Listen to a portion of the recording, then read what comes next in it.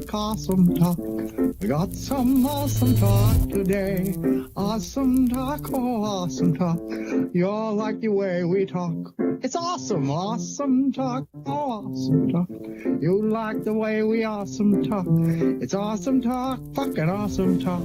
You like the way we talk. It's fucking awesome. Woo-hoo. Yeah. Hello, hello, hello. Hold on. I'm almost there. Rick, you're totally interrupting our private conversation. Sorry, I didn't mean to. I didn't mean to start the show. I'll tell you what. If you looked at your camera, I don't know what the hell I was looking at, but you were like, hello, hello, hello. Hello, hello, hello. I'm almost there. And you're like leaning over all creepy. What's going on? So the reason why I do the creepy lean is because I have this stupid wireless mouse that I keep complaining about, and it will only work against a white surface. And I have one white surface, and it barely works on that. So I have to reach over here like a creeper, and I got to fix it. Anyway, welcome to Awesome Talk, Season 14, Episode 2 on September 10th, 2021. Tonight, obviously, we have a great show for you, as always. I want to say hello to everybody. Statistical. I want to say hello. Well, sorry. As always part. I'm presuming it's going to be a good show, I guess. But hello to YouTube and Facebook and of course, Twitch. Our beloved new Twitch followers, hello. Tonight we have a great show. Tonight our guest is Jenny Simacek. Boom. Boom. Welcome to the show, Jenny. Crushed it. Yeah. Yes, I did it. Awesome.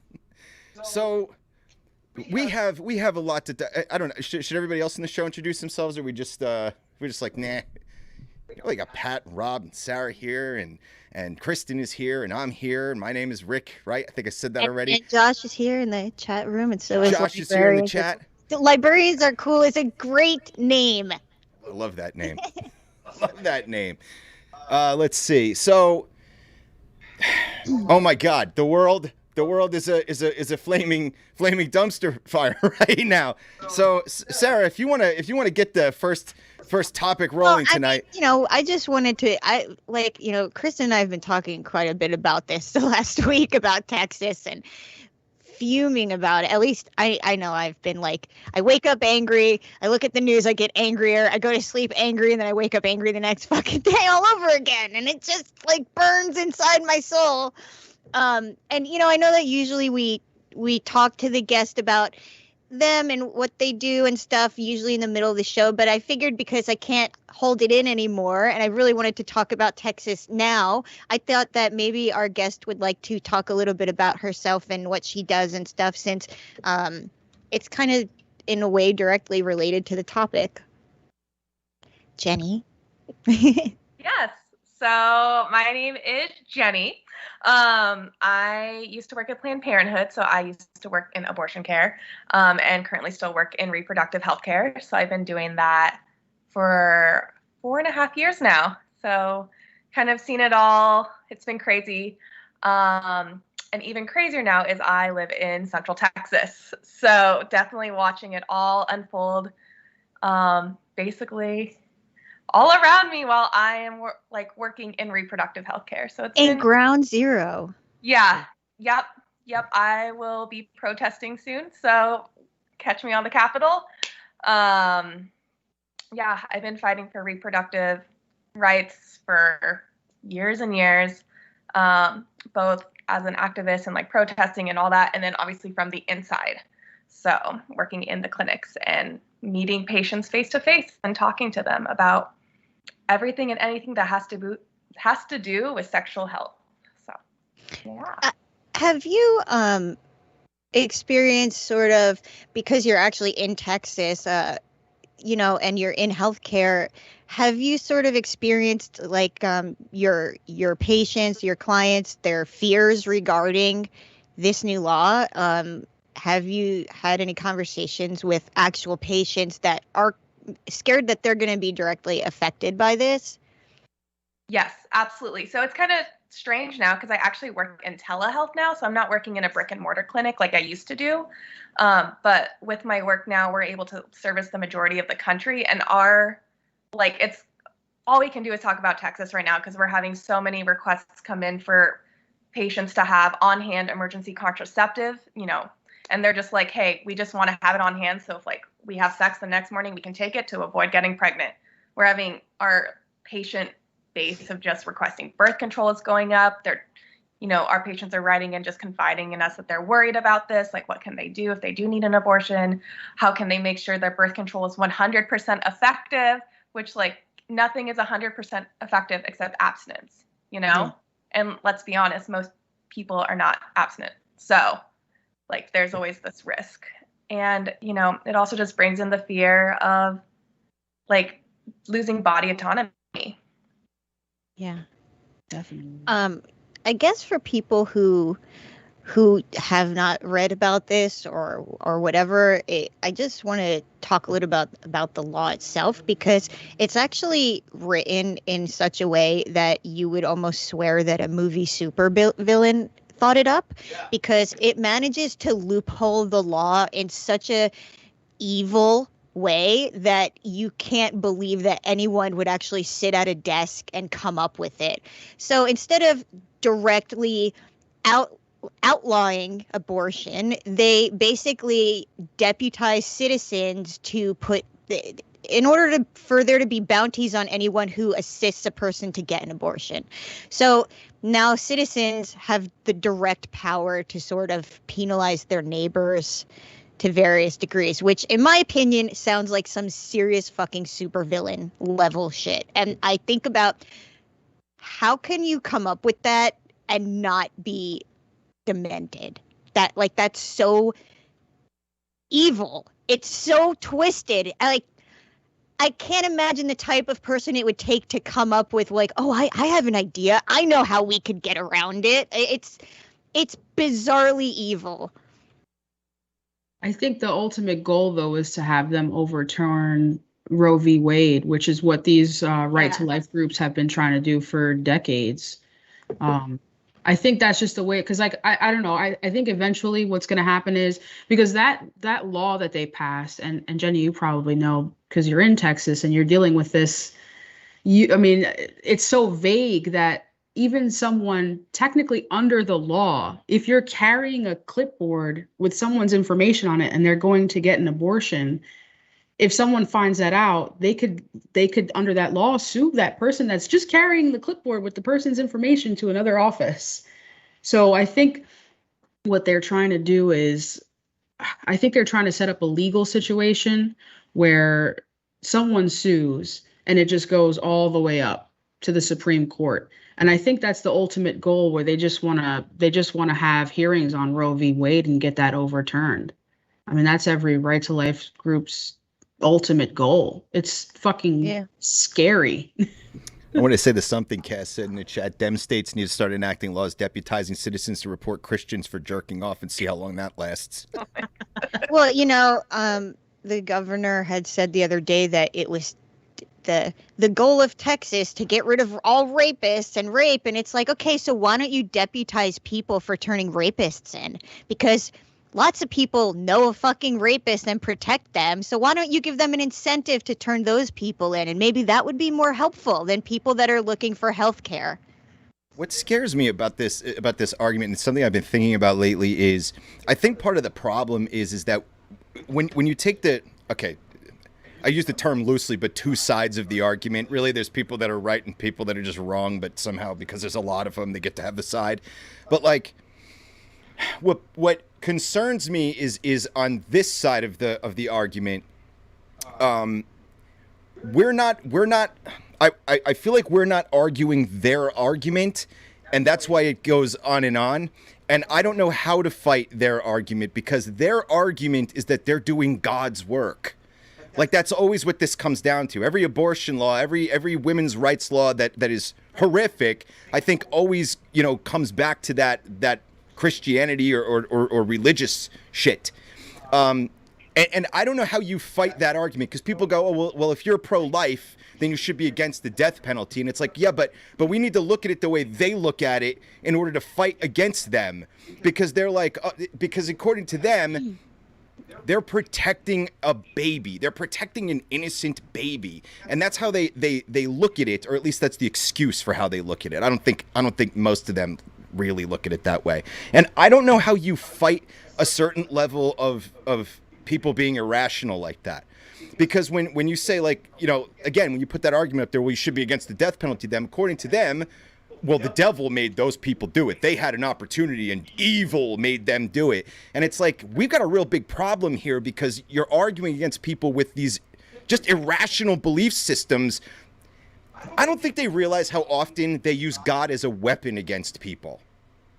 And I think that's really a problem. And I don't know how you fight back against an imaginary weapon. Something You that know, I was as in from an atheist. something that point of I view, was guess. curious about, and Jenny, maybe you know the answer to this. Where exactly does all those $10,000 quote unquote rewards actually come from? Like, where does that money come from? Because I've never ever seen it mentioned where that money's supposed to come. Is there like a pool of money that's being depleted? Is it just coming out of taxpayer money? Because if I was a taxpayer in Texas, I'd be fucking pissed off. 100% taxpayer money. 100%. Or those group. I mean, Jenny, you definitely know. So I'll let you answer this. I have no idea. Outrageous bills from the snowmageddon that happened in Texas back in Yeah.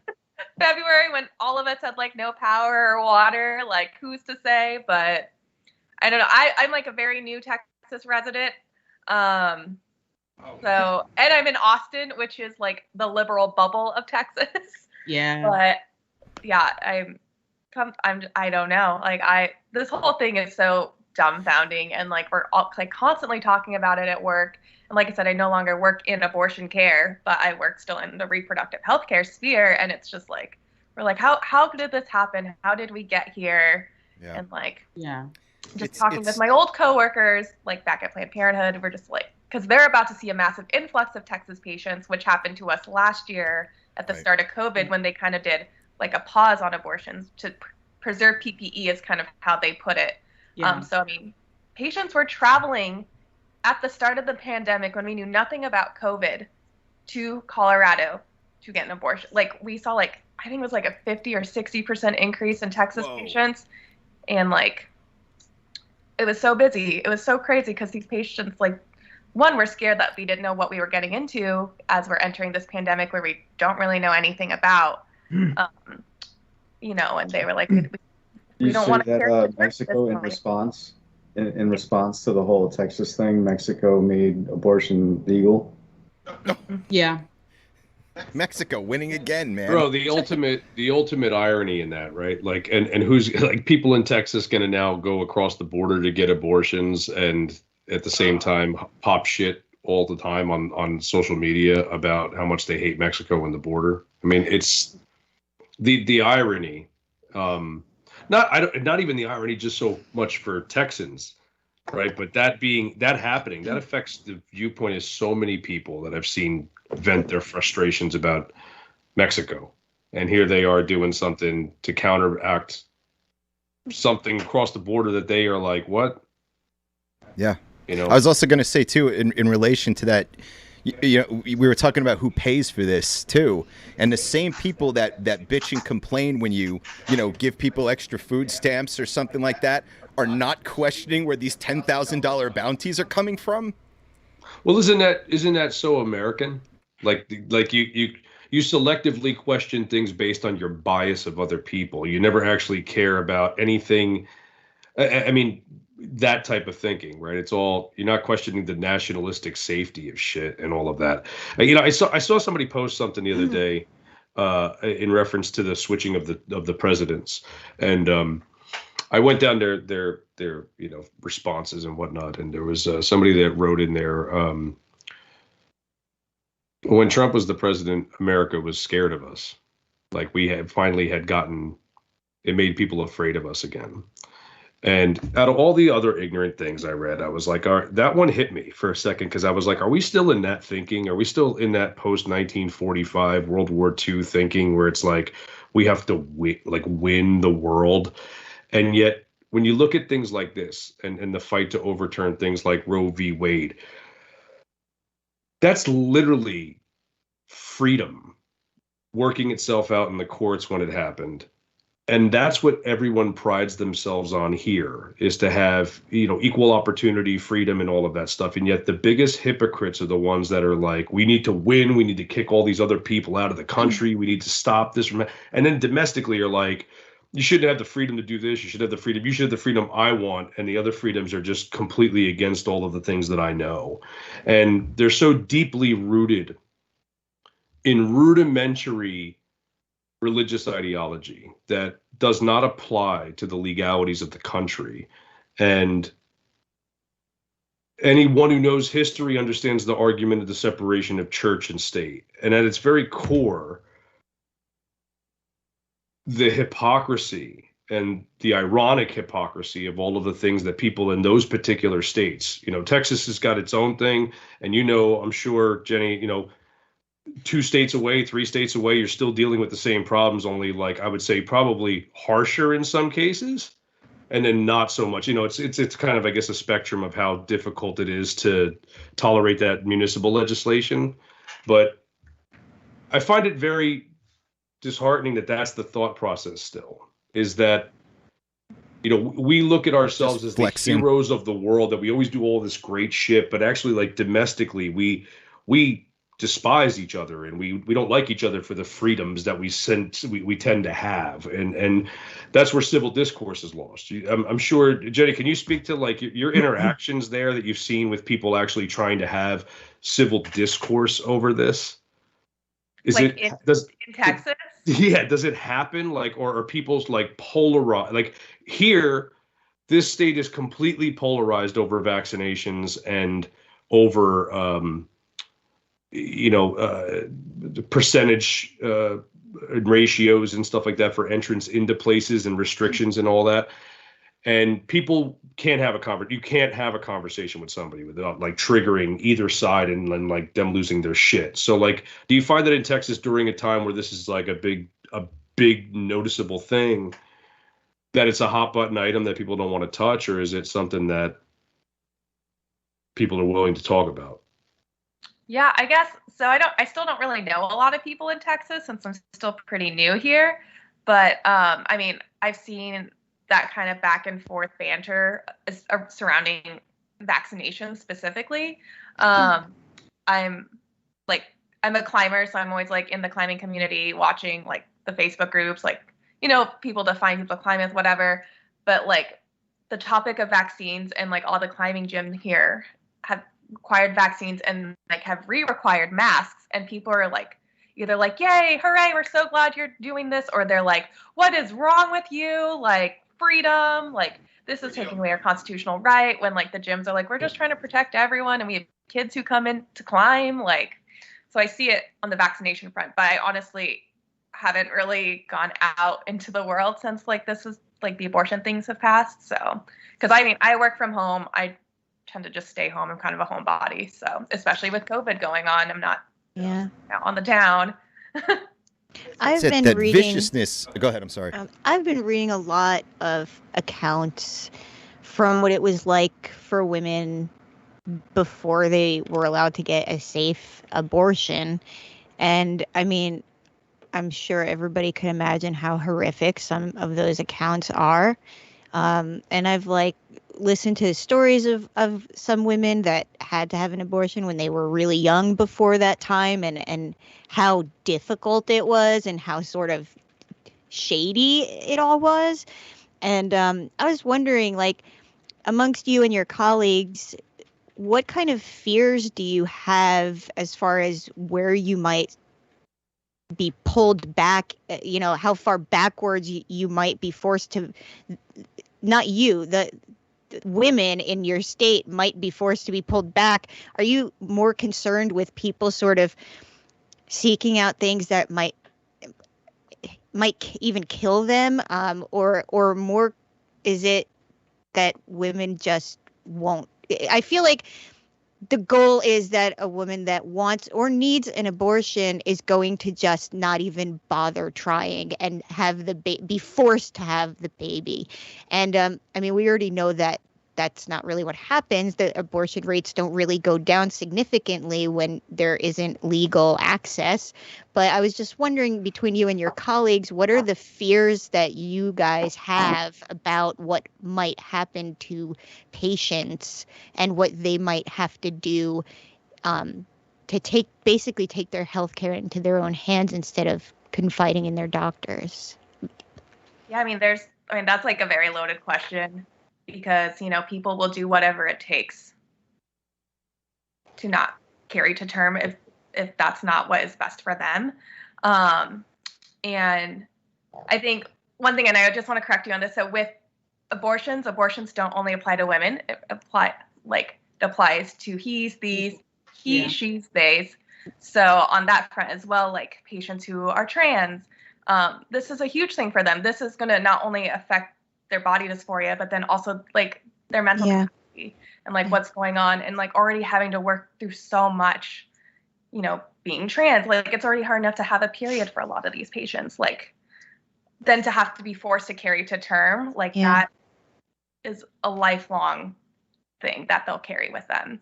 You know, with women who don't want to have a baby for whatever reason, like say they already have 3 kids and they can't afford another one. Financially, that's going to be a burden for them for the rest of their lives, because we all know that parents aren't parents for just 18 years. They're parents for that child's whole life, you know. For the person that has a medical condition and that was a wanted pregnancy, but now has a fetal, like, disform, like, I don't know. I guess I'm like trying to speak, but I get like so heated, but also like it shakes me because it's so frustrating. It's like, feel free to get mad and just go off if you want to. Yeah, it's happened many times on this show, I promise. It's so hard. But, you know, I also want to be respectful to all populations, because reproductive health care is a sensitive topic. And so when talking about it, I want to make sure that everyone is included in this, because it also doesn't just affect the person that is having the abortion, but their partners as well. It affects their families. Like, this is huge. So what are they also going to have to do if they have to travel to go get this abortion? That's a financial strain. That's having to take time off of work. If they have kids, find babysitters, arrange transportation. Like, if it's a patient that's undocumented and they're trying to go to Mexico and Texas, but there's ICE agents along the border waiting. And Border Patrol. So there's so many components to it and why people get abortions, and none of it is our none of it is our business, and that we need to know. Other than that, we need to make sure that it is safe for them and that they don't try and take things into their own hands, which could be fatal.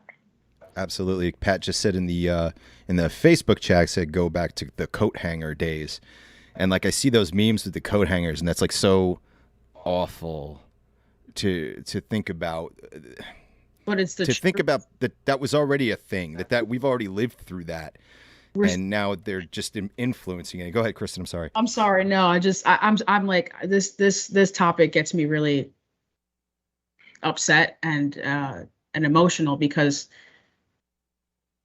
the fact that there's not even anything in this law that would protect a rape or incest victim, and there's a state that's literally out there that's wanting to force a rape victim to carry their baby to term, or an incest victim. And then if the person who was assaulted goes and has an abortion after 6 weeks, their rapist can legally sue them and sue the abortion clinic that's performing the abortion. It's sick. It's sick. And the fact that, like, nobody's stopping to think and say, like, you know, this isn't going to make abortion go away. This isn't going to make anything safer. These people who are going to go get abortions, if they have to do what they have to do, they're going to fucking do it. A lot of people are going to get fucking hurt because of this law. A lot of victims are going to be re-victimized over and over and over and over again because of this fucking law. It's disgusting. And I'm sorry, like, I just get really emotional because I can't imagine being in a position where I potentially could be forced to carry a baby that I don't want and bring into the world another fucking mouth to feed that I'm not prepared to take care of. Or the fact that, like, if I have a medical emergency and my pregnancy can't be full term, I could be sued for going to have an abortion.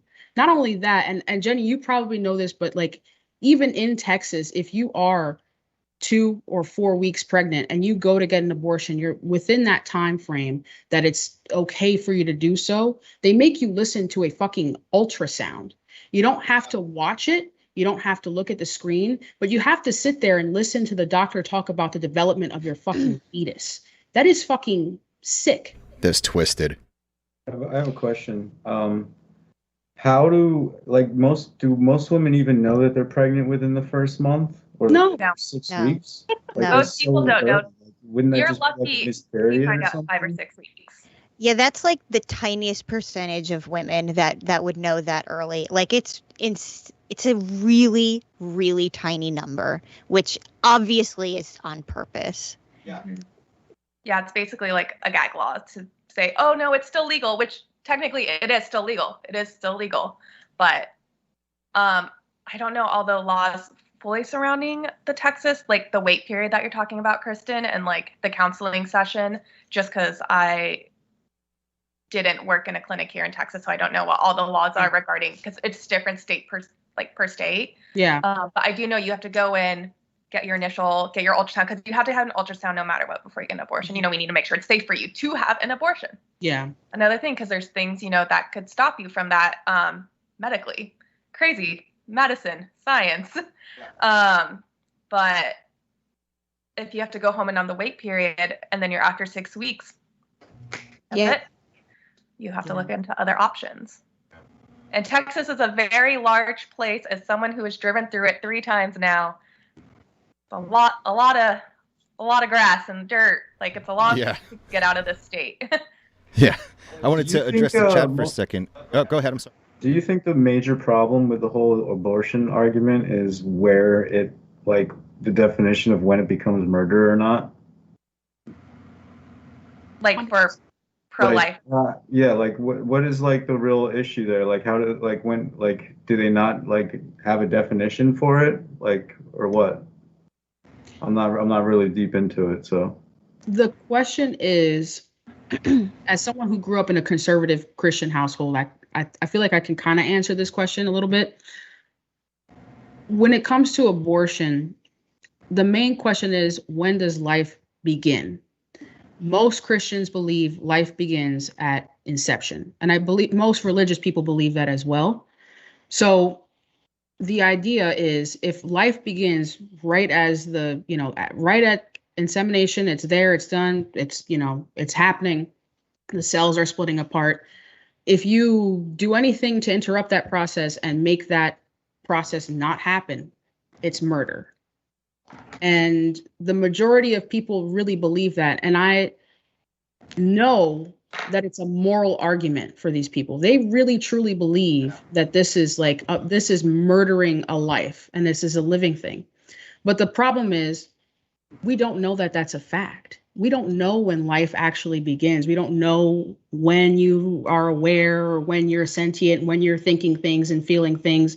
Like, your heart can be beating, but we have no fucking clue. Like, if you're alive and you're thinking, you're aware of your surroundings.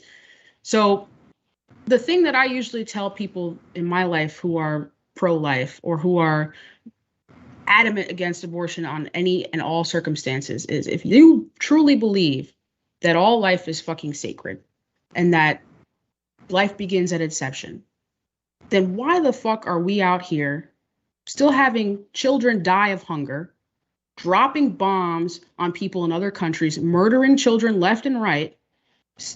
It doesn't make any fucking sense. Why are you not providing? Why are you voting for people who do why that? Are you not providing sex education to kids so they can wear condoms properly and take birth control and having conversations about sex to avoid this issue?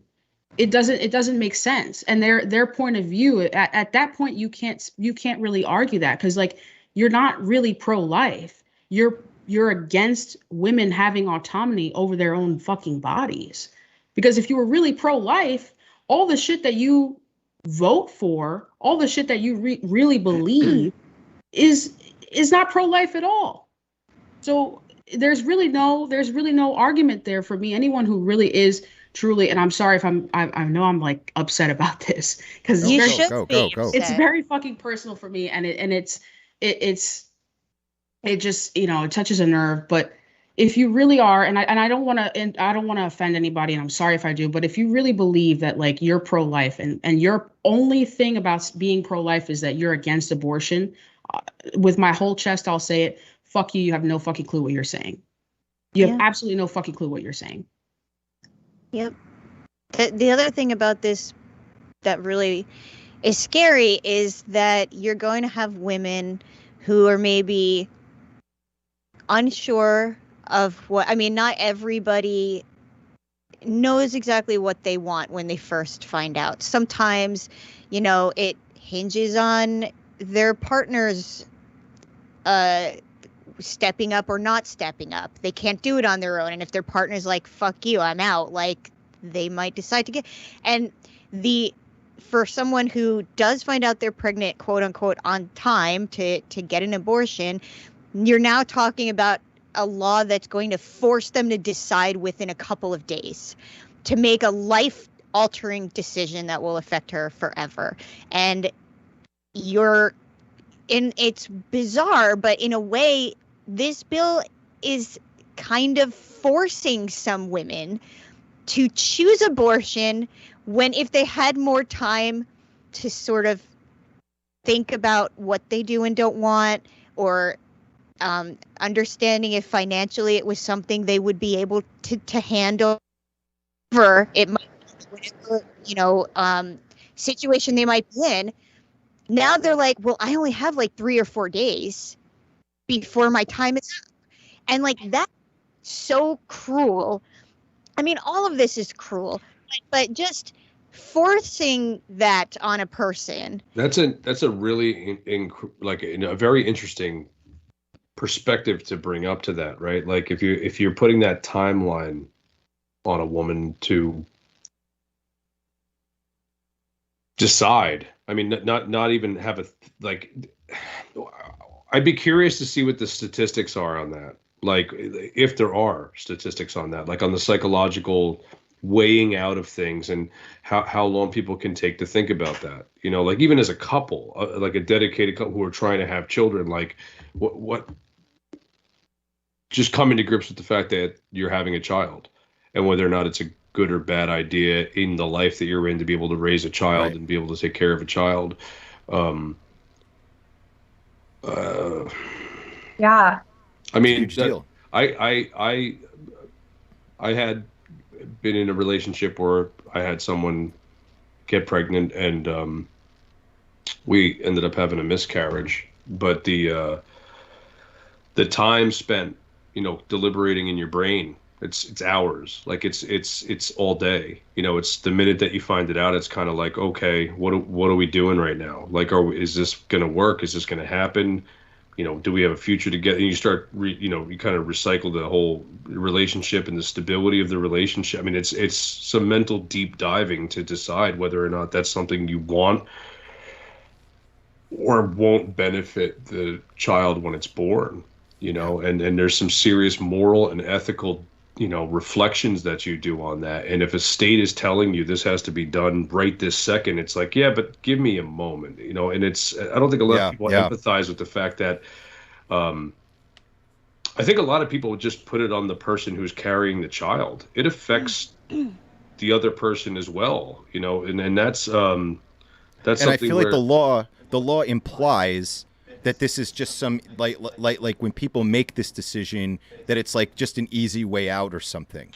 I think that's the majority idea. Is people are just like, oh, it's like taking a pill, except for I didn't take the pill, and now I've never known any woman in my life who's ever been through this or just a miscarriage, and it hasn't been a huge deal for them. Like dude, it devastated. It's enormous. It devastated my at the time girlfriend, and I'm still fucked up from it today, and that was like 11 years ago, man. Like that's something that, you know, you have in your mind, and at the same time, I think people also think that women who go in to have an abortion don't live with their own trauma of saying, I couldn't do it right now, or this wasn't meant to be, or this was under some shit circumstances, please forgive me. If you think they don't have, you could think anything you want terribly about a female that, or anybody carrying a child that has to go through that.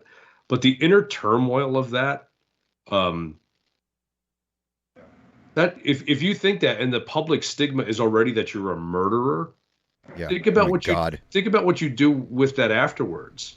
What's the suicide rate of people who have had abortions? That's an interesting statistic. That's how many people live with the postpartum extreme of, I had to go through this because I couldn't do this, or the wrong person did this, or I got abused, right? The trauma after that, right? And the law skirts that trauma. The law makes it seem like this is just some easy way out. The law doesn't give a fuck, dude. It makes it seem like no, we're gonna stop you. You're not getting out of this. You're not getting out of this. Yeah, it's like everything I've seen has basically been like, well, why don't you just keep your legs shut? You should have to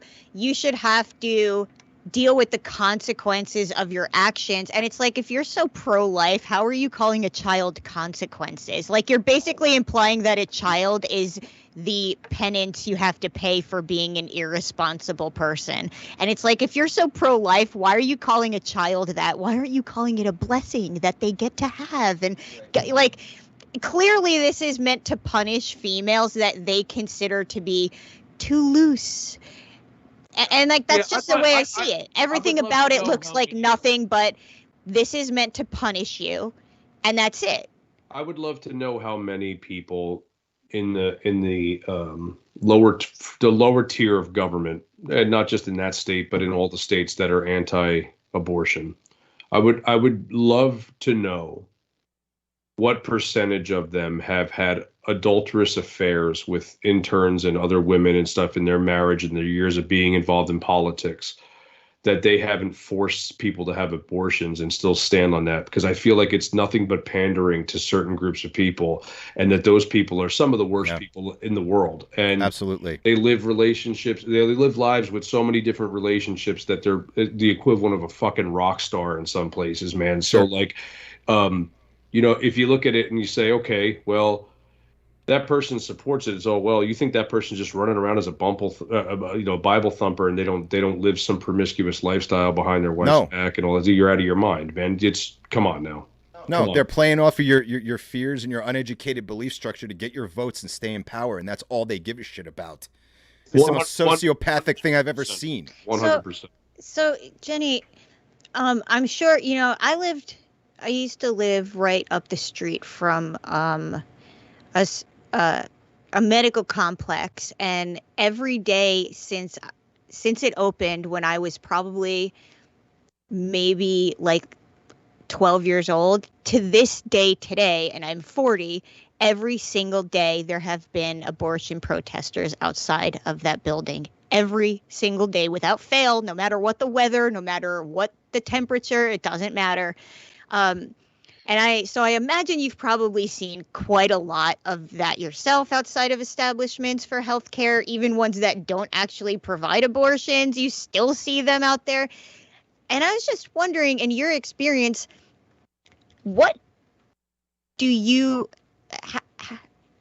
how do you confront that because you're actually armed with actual medical knowledge and science and experience, and when you come from a place of knowledge, what is your best way of sort of confronting what is ignorance? It's medical ignorance, it's scientific ignorance, it's sexual ignorance.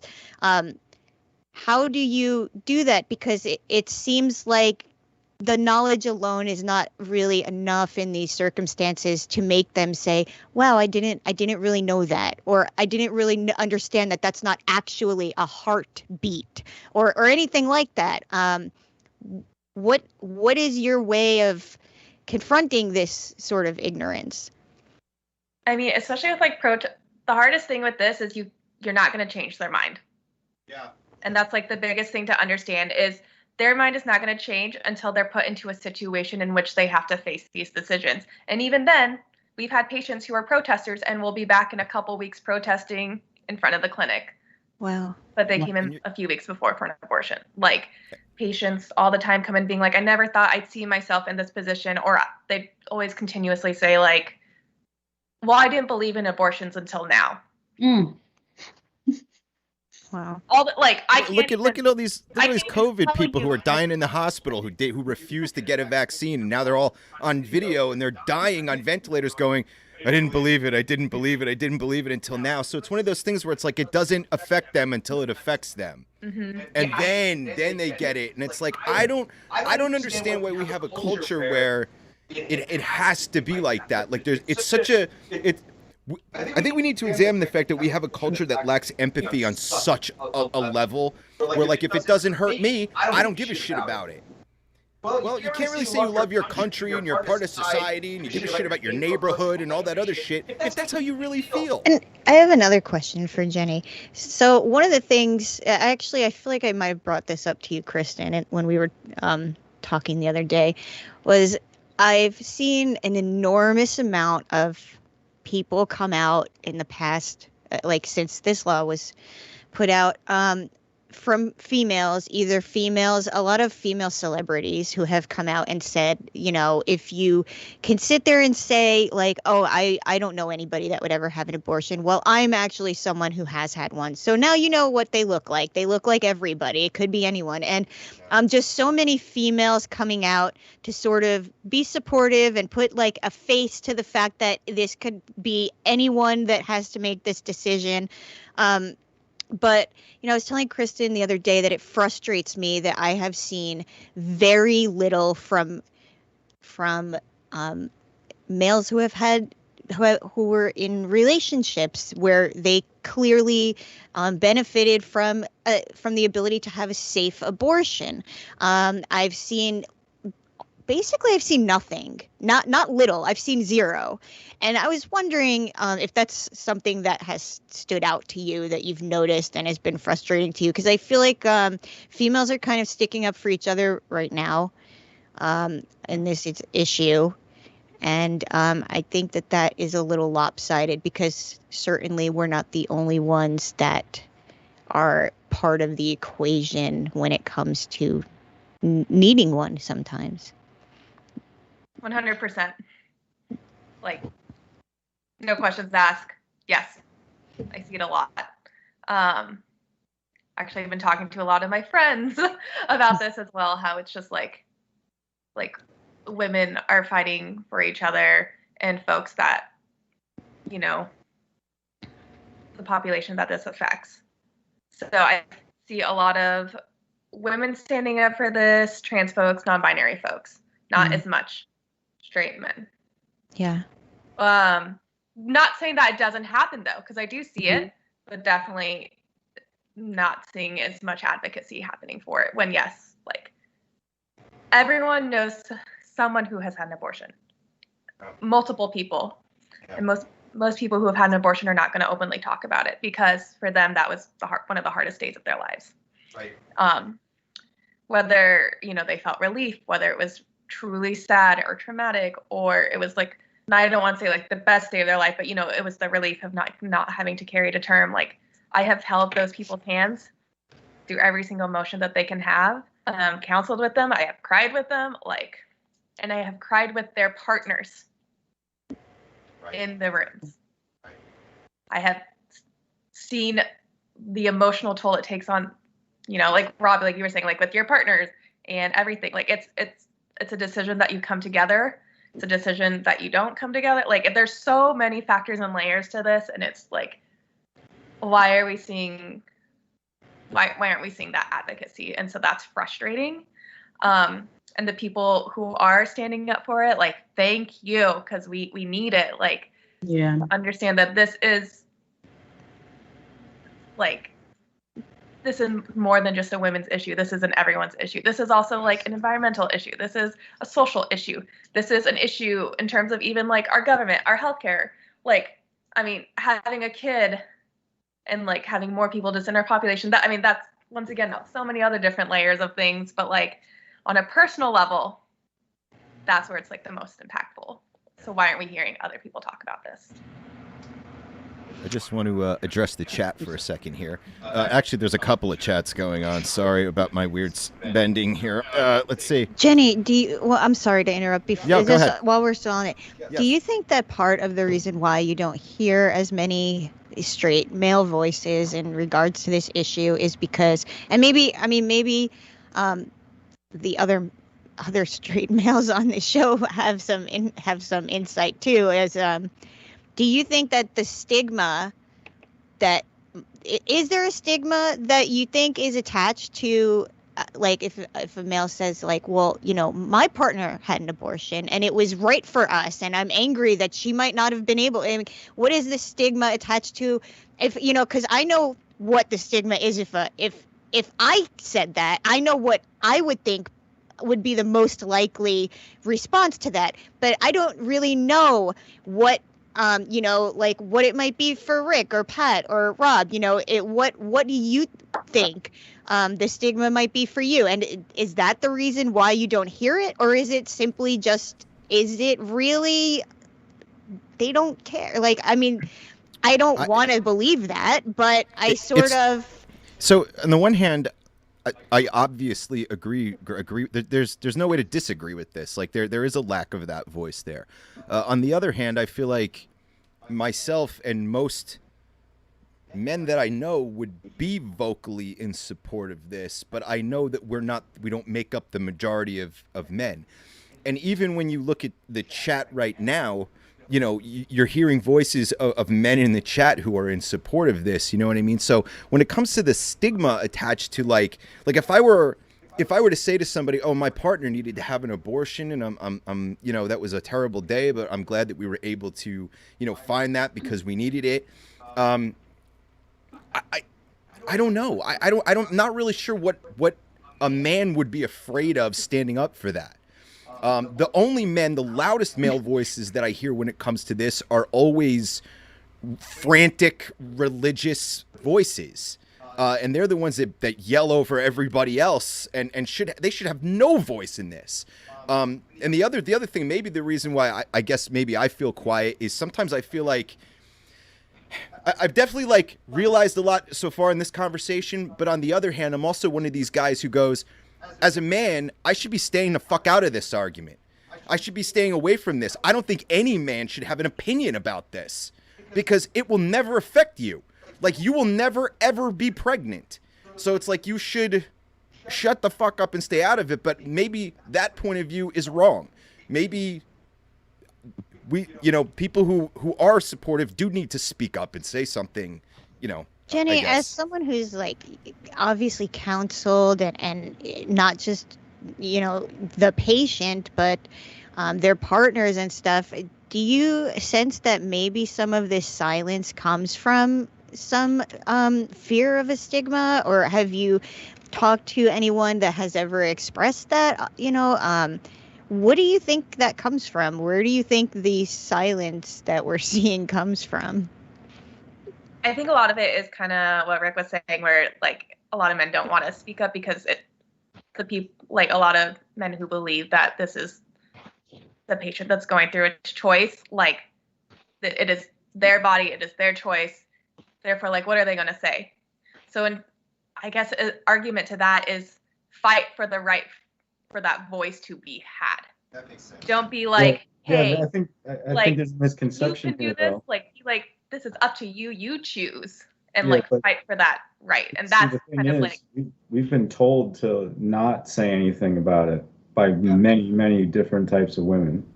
Sure. Even in support, even when I hear a man in support, No matter Pat, which side when a man's you're like, on, here's what I think about abortion, I go, I don't give a shit what you think. Don't say anything. It has nothing to do with you. So it's not that we don't want to say anything because we're afraid of whatever. It's just people just tell us don't do it. So that's why we don't do it. I feel like American men have a real difficult time understanding the lines of respect.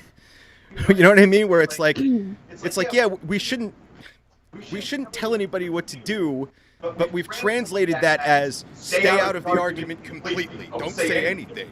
You know, like and like it's like an effort to be respectful, but really what you're doing is you're weakening the power of a voice by not supporting it, right? Like, does that make sense? When your initial question was there, is there an implication like if a female says I got an abortion, what the interpretation would be versus saying I had to have my wife or my girlfriend get an abortion because we couldn't do something, and what the reaction is to that if I were to say it versus say my girlfriend or my wife? Well, I feel like most people that have had an abortion are fully aware of what it might mean for them if they spoke publicly about it. But I'm actually less informed about what a straight male might think the reaction would be if they were talking not about themselves, but about being in a relationship where an abortion was had. Right. And I just don't know. Like, I don't know what would go through your head if you were in a situation where you had to publicly speak about that, because it's a level of fear of a lot of judgment that you're a slut and you're your legs are open all the time, but clearly that's not what they're thinking about the other person involved. I'm sure that there's a level of judgment that comes into it, but I don't think that I'm thinking more that like that there would be more of a passive kind of reaction. It wouldn't be something that would be like a judgmental right off the bat type thing. It would be like, no, I get it. I understand. Because even that thought process of you should have kept your legs shut thing it's her fault no matter what. There's some of that I think lingers in there. And I think the other talking point I think would be with people I know that have gotten abortions, the concern that they have getting into the dating world afterwards and having the person that they could possibly be with in the future knowing they had an abortion, and how that is viewed as I guess like horror-ish or something like, the women I know that have gone through that for at least a year to 2 years afterwards, because in many cases they had an abortion because of somebody they were no longer with, or somebody that they were raped by, or somebody, and the fear of ever trying to get back into a relationship after that, and being upfront about that and being clear about that, and not wanting to share that information, I think is something that also needs to really be taken into consideration. I mean, there's a lot of detrimental things in the aftermath of that. And I don't know, Sarah. I don't know if I was to say, if I was in a conversation with somebody who I guess fit into that bracket that was completely against that or whatever, and I were to bring up the fact that at one point in time, I made the decision with my significant other that it was probably best that we do that. I don't know that it would be as judgmental or harsh that it would be for a female to say, yeah, I went down to the clinic and I had an abortion, and I think that's kind of fucking sad. Like in 2021, I still can say that I think that's what it is. And that's something that's taking a very long time, a very, very obnoxiously long time. Just like that sentence. To get over. Oh, you always come at just the most Fucking uncomfortable Stones. moment to jump in, don't Thanks, you? Stones. Thanks. Fucking And Sarah, I wanted to say something too. The part of the, you know where that ideology comes from? That it must be the woman's fault completely. I know where that ideology. It comes from Stones. It comes from Stones, right? No, this is where it comes from. Go back, watch any romantic movie from the 80s, right? The idea, this is how, I mean, you take men from that generation back. Women don't have sex. They let us have sex with them.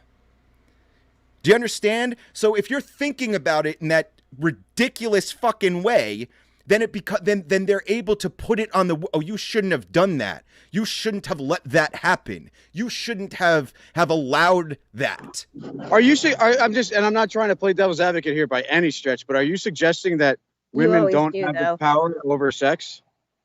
I'm not suggesting that at all. What I'm suggesting is that the ideology that makes people think that way is that women let men have sex with them. So therefore, it must be the woman's fault if she got pregnant because she let that happen. So it's some really old man thinking. But you can't tell me that old men don't think that way. Dig what I'm saying? You know, Old men, old boomer men, go back and watch any fucking romantic comedy from back in the day, and it's all about the guy trying to say the right combination of words. Like it's a key that he's got to unlock, right? Like the girl can't just be attracted to you. You have to do something to get her attracted to her. You have to get her to want to have sex with you. That's how like all those movies from the 80s work. That's what young men do. They sit around and go, all right, this is what we got to do. This is how it's going to work. I'm going to say these words. I'm going to take her on this date. And at this time, she'll be turned on because I did Well, that's this, like this, the whole this. thing with the pickup artist scene where like they have to do all that like the negging shit and all this like these fucking mind fuck games like because it's like a game, you know, and like it's so awful too. Like that's like some abusive shit right there in my opinion. Like Very abusive, make yeah. a female feel like shit because then she'll want you. Like how fucked up is that? That's right. Zoning, which is not a real thing. Yeah, Right. friend zoning because Right. like an actual like just wanting to be a friend is like a downgrade. I think a lot of it is, Rick, just for a really, really long time and still to this day now, straight men view women as sexual. Well, straight men view women as sexual objects or objects for sexual gratification. I think that's what it is. I think that the idea that a woman can take control of her own sexuality and can be happy having sex with as many people as she wants and still not be a slut or a whore, because really I don't think those things exist. I mean, if you're out there having fun and you're being safe and you're being consensual, then you're just being a human being on the planet. Just living your life. Just living your life. That's I knew a medic, and she's now a lawyer and a nurse. She's like stupid smart, and I mean, this is also back in the early 2000s, so I guess slut was more of a term that you'd have weight to. But she said to me, she goes, yeah, I sleep around. She goes, but I'm not a slut. She said the reason I know I'm not a slut is because I can still donate blood. Apparently, there's a maximum limit of people that you can sleep with, and then you can't donate blood anymore. And she said as long as she kept it under that number, she wasn't a slut. That's an old homophobic thing too. That's like Hey, can I'm I, sure Yeah. people still can't donate blood. So Yeah. that's a whole other topic that that's makes a me whole can of angry worms. beyond words. But let's not even. Let's Yikes. not talk about that. Can I just read out of the chat that's on Facebook? Yeah, please. And, The Facebook chat? the two comments here. Diane said it's traumatic. I'm glad you're talking about this. At 16, I found myself making a choice for my future. I'm 61 now. I often think about it. I'm a mom, stepmom, and a foster mom, grandma, and one day a great grandma. My love for children is enormous. I also had 5 miscarriages in 8 years between my kids. I've lost one child 10 years ago. You know, that kind of trauma hits, man. And then Pat says, the Bible tells us in no certain terms when life begins. Genesis chapter 1, God answers the question himself. He forms a figure from the earth, but it does not become Adam, quote unquote, man in Hebrew, until God, quote unquote, breathes into him the breath of life and he became man. Life begins when you draw your first breath. That is when God places your soul into your body. Your soul enters your body. Where is it? I just lost it because somebody. With your first breath. So yeah, go ahead. And it leaves with your last breath. The body's just a vessel. Your being, your humanity, your immortal soul. That's what the Bible says. And for the life of me, I cannot understand why so many people, especially supposedly religious people, get this wrong. There is no question, no moral ambiguity. Abortion destroys an empty vessel. It does not kill a human being. Right, man. Woo! That is. You want to talk about mic drop religious school and shit, bro? That's like, yeah. Yeah, so I don't know what the Damn. half the time I hear that argument, I have no idea what the fuck you're talking about. Like, if that's a topic with me that has always infuriated me. I've never understood that, man. I've never understood it. And the point that Kristen made earlier about like all the shit that goes on in the world, you know, at the hands of, I mean, in our country, yes, but even in places that deal with this on a regular basis as well, like the fucking level of hypocrisy is, it makes you sick. It kind of makes you sick to be like, yeah, these are the people I fucking share the country with. And if that's share your votes with these people. Like, if that's your level of thinking, man, you get to a point where it's like, oh, am I being fucking elitist or some shit by thinking that? Yeah, I guess I fucking am, because you're just a fucking idiot. That's what it comes down to. And I can't for the life of me think that like people still, that's like, this is like Stone Age shit. And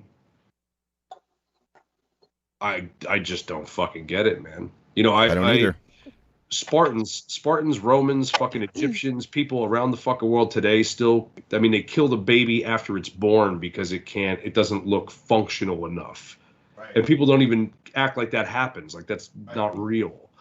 But not in this country. We won't, you know, like, we're not going to fucking do it under the circumstance. These are people that literally go to term and they're like, oh, we're going to have the baby, we're going to inspect it, and we're going to make a judgment coin flip call on whether or not it should survive or not. And then they fucking kill the child. Yeah, then they throw it in a volcano if it's not good enough. That's real actual fucking murder. And like, you're exaggerating, but like, it is. That's what's the process that they do? Do you know the process that they like? What's the like how do they kill the baby? I mean, I guess that doesn't. But I'm kind of curious to if there's some type of a religious element to that, like as far as like the ritual of it. Like, is there, you know, like I know, like with like certain Jewish foods, they have to use a clean blade from a sword that was blessed by a rabbi. I might be speaking out of school here. I don't know exactly 100% sure myself, but like, do you know any of the details about how they in terms of modern thinking? Well, in terms of, you said that it currently happens, right? Yeah, I mean, it happens. Of course it does.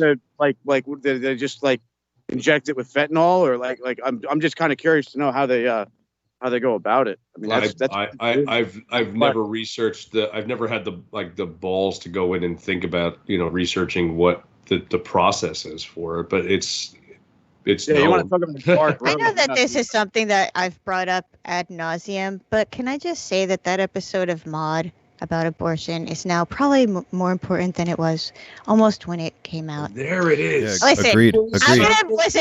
There is a Maude episode literally for every topic you can throw at me, okay? And don't even try me on that. The abortion and we've episode, also recently discovered that there's an episode of Roseanne for fucking every single topic apparently as well. That abortion episode of Maude is one of the go right back to fucking Maude.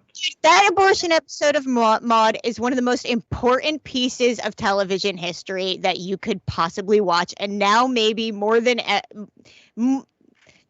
it has been in like 20 plus years. Yeah, like to see her go through the process of trying to understand what's right for her, worried about her age, worried about her health and whether it would, you know, kill her possibly, being terrified of the stigma because it was much more newly legal at the time, listening to her talk to her younger daughter who had a completely different perspective on it, listening to her husband and his perspective on it, and then seeing her trauma after. It was it was a ballsy ass episode at the time, and it gave B. Arthur a lot of shit, and I think that everyone should freaking watch the episode now and be like, yeah, the unfortunate truth is it would be a ballsy episode now. Yeah. Listen, man, you give me a topic and I'll give you a Maude episode, okay? I'm not joking. Like, that episode is really important. People should watch it. We should air it on our freaking Twitch channel. That's right. Street racing. Jenny, I got a question for you. Yeah. So, I know we've been talking about how abortion is like a really traumatizing experience for most people who have to get it. But I kind of want to just address for the people who have gotten an abortion before, the fact that most people who do make that choice do not regret it. And there's no they have done long-term studies of women who have gotten abortions, where it was a choice to do so, not like a medical sort of situation.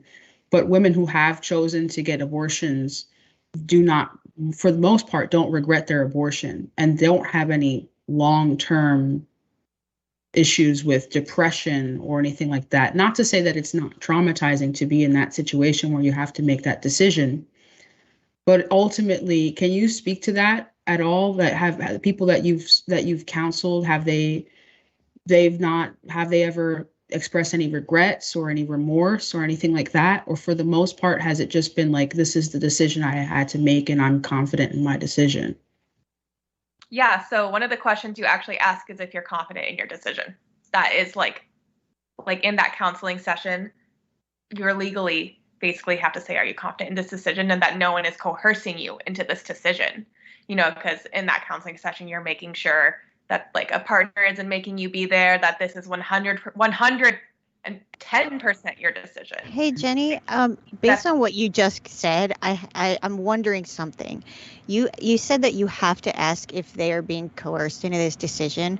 Would saying I'm scared because I only have a couple days based on the law, would that be considered coercion to a certain degree? Because I would feel like it was, personally. I mean, I think on that, so coercion for us is just, it's more of another human being doing it to you. So they are making you come into the clinic that day and get an abortion. And we have actually helped individuals get out of that because they want to carry to term. So we have figured out ways to make sure that they can get safe. We like, at least at my old clinic, we used to work with like safe houses and things like that. So like, I mean, I've been the one where I'm like, is anyone making you be here? And they're like, yes, I want to have this baby. I'm like, all right, well, here we go. It's another can of worms we got to open up, and we have to make sure you get out of this clinic safe and still pregnant. Yeah. Wow. So I think the thing people don't realize is we are making sure that you want to be there, and like providers want what is best for you. We used to send patients away, kind of what we were talking to earlier, where they're like, oh, I think I want a couple more days to think about this, or they just sound unsure. If they're even the slightest bit unsure, we will not go through the procedure. Yeah. How does that scene play out when they need like a safe house and stuff like that? Like, so does the guy like wait just for hours, and then you're like, oh, she'll be out in a minute. Like, how does that? No, that's actually a good question. I'm curious about that. Yeah. So I mean, at least like kind of how my clinic did it, we would like have them come. We have the patient come in, and we just talk to them first, because a lot of times the partner wants to go with them, go through the whole, or their support person, whoever that may be, because it might not be the boyfriend, it might be a mom of a teenage girl. It might be a doula. Yeah, we never know. It can be anyone. And I've seen almost every instance of it again. So we just usually kind of keep them with us, and we're like, okay, just stay down here while we kind of talk to them alone, because we always want to talk to them alone and go through this first before we kind of bring in any support person to make sure that this is 100% what they want. And then depending what the situation is, how dangerous it could be, we go from there and kind of assess. So, I mean, have you gotten to the point where like police have escorted quote unquote support people out of the clinic to get the other person to a safe place or something like that? Or like, would things escalate to that point where like you can't get rid of the person, or like, do they just, again, do you just kind of ignore them? Like they just sit there? Or I'm curious to know how that plays. I mean, that's got to be a super dangerous situation for everybody. Wait, Stones, can I just clarify? You're saying if a so-called support person comes, but really what that person is doing is pushing the other person into doing something they don't want to do. Okay, I see. Right. Yeah. I mean, almost every clinic will have some armed security there. I can tell you that. But yeah, we've had to call police. Yeah. Actually, when I used to use a Planned Parenthood clinic in Denver, the protocol for at least that particular one, and I don't know if it's I'm sure it's different for everyone, but you couldn't just walk in. You had to basically ring a bell. Like everything was guarded. You had to have someone come and open the door for you, check who you were. It was highly secure, and honestly, like knowing that you're going to a place that requires that level of security it doesn't really make, at least for me, it didn't make me feel safer. It actually made me think, like, what the hell kind of people are coming after here, like that are, like, who's going to be attacking that it requires this level of safety. I mean, as someone with a lot of chronic illnesses, I've been to hundreds of doctors, and that is the only experience I have ever had with needing to be let in, needing to prove who I was, having bars on the doors, and I don't think that a lot of people who have not had personal experience with clinics like like Planned Parenthoods and stuff have any idea that that's what the patient has to go through. And quite honestly, just having to go through that can be really traumatizing, because it sends a certain message, and it's clearly, I mean, that's what they need to do to protect their patients. But the fact that society has forced that to be a thing is horrific. It really is horrific. And it's something that I think most people don't even realize that's what it's actually like, at least in some places, to need to go to Planned Parenthood for any reason. I mean, I'm for an abortion or for healthcare in general, or a checkup, or access to birth control. It's really scary. What's the process? Again, I don't mean to but what's the process if, say, let's say the person getting the abortion is a minor and their mother is the one that's coercing them and they want to go to full term? Do you guys have to get a judge to sign off on a safe house? I mean, that to me, I mean, I'm just trying to think of all the legal garbage with that. I mean, holy crap, that's got to be an insane web of people to have to run through to make that happen, huh? Yeah. Well, so Sarah, funny, I bet I probably worked at that clinic that you went to in Denver, because I worked at the Colorado Planned Parenthoods. So I probably know exactly what situation you're talking about, because I've been through those doors and as an employee have had to be let in and all of those things. So I just want to talk about that first, because there's so many, I mean, we call it the man trap, and it's if you were to go into a jail or anything, but it's fully bulletproof. Yeah. Bulletproof. It's damn. I thought that I didn't think that was everywhere. The Planned Parenthood I go to when I pick up my birth control is like that too. It's you have to ring a bell. Yes, it's me. Oh man, there is bulletproof glass too. I thought that was just I didn't know that was everywhere. Damn. And that's to protect you from the pro-life people. But they don't even do abortions at the Planned. And that's another thing too. How fucking stupid are these people that you're so pro-life, you're gonna blow up an abortion clinic with people inside. Well, I got hired at the one in Colorado shortly after the Colorado Spring shooting. Holy shit! Oh my god! So when I got hired, because I worked at the Colorado ones, they were like, all right, so extra security went into place at that point. But I mean, I applied, I think maybe a few months after that had happened. So, and started working there. So that still was a really heavy thing carrying in all of our clinics, because those are, providers that we knew. Those are nurses that you knew, staff that you just knew. And because a lot of the people at this, they'll travel between clinics just to help out, where needed. If going to another, I don't know, Best Buy or whatever, just another store being hey, this store needs help, you just help out where you can. But I mean, I was hired in the affiliate that shortly happened after. But in terms of also, Mike, your question, if it's a minor, I mean, it kind of just depends. We have to assess the situation and if it's safe for them to go home. So everything is always case by case. No. So let's say worst case scenario, it's not safe for them to go home, and they want to carry the child to term, so they can't be around their family or anything like that, or at that point, I mean, do you guys have a direct line to a judge, or what's the? I think every health clinic has their own attorney on hand, basically, for anything. Oh, so it's not just reproductive and abortion. I mean, because there's always malpractice things going on. Every medical place will always have an attorney or some lawyer on hand for them to work through things. But I personally have never been through that situation, so I feel I can't comment on that fully.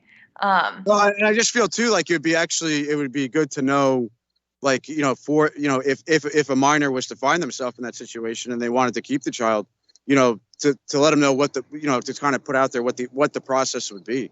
I think that's kind of important. I don't know. That's just, again, it's just my own, thought process with it would be like, this is what you're in for if you want to go this route. This is all kind of written out and we know what we're doing. And so really the question is, if you're a minor and your parents are trying to force you to have an abortion, you don't want to have one, what are the steps you take to keep the child? Right. Yeah. I mean, I know, like, we've just had to, like, bring in the parent and, like, kind of play the mediator during that conversation, but basically let the patient and the mom talk.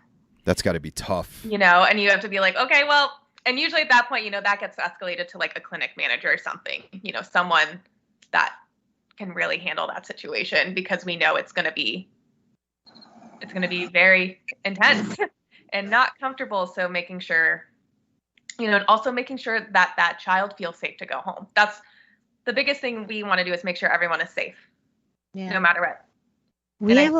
It's healthcare workers. You want people to be safe, but I see it even more in people who work in, like, reproductive care. It's like the nurturing aspect of the workers in reproductive healthcare is tremendous, because we all care, and I think a lot of people make us to look like villains, especially once you work in abortion care. And once again, that's just stigma in society, and whatever your belief may be, and your belief can be whatever you have about me. Like, I could care less, but what I know is what the interaction I have with the patients, and what my true goal is to make sure they are safe, whether it is through an abortion, whether it's just through having sex, casual sex, whether it is, through your transition, whether it's just making sure you're taking your steps against HIV, whether it's your pap smear, your breast. Like, I want you to be safe, and for you to come and feel like you can talk to a provider and that they will actually listen. Is there a database where, like, you could flag, like let's say a parent, says, okay, yeah, fine, well, and then they just drive down to the next abortion clinic and they force their child to take the abortion. Like, is there a database or anything like that's in play where, like, a person can get flagged, like, do not perform this abortion, like they're being coerced or something like that, across the other abortion clinics? Is there, fax or something? I don't know, like a fax machine or something. Not really, unless it's like in clinic kind of thing. You can just, like, put in a chart, but, like, in anyone's chart, like, someone's like, this person has high blood pressure, but, like, you can just put those notes, but there's no real, like, there's no search engine. Every place does things slightly differently, and, like, what they do in their counseling process. And but I can probably guarantee you every single one goes through a very similar process, because it's very important that we make sure that that person wants to go through with it. Sure. We have an enormous amount of personal stories popping up in the chat, both Twitch and Facebook. Yes. Rick, if you want to read through some of those.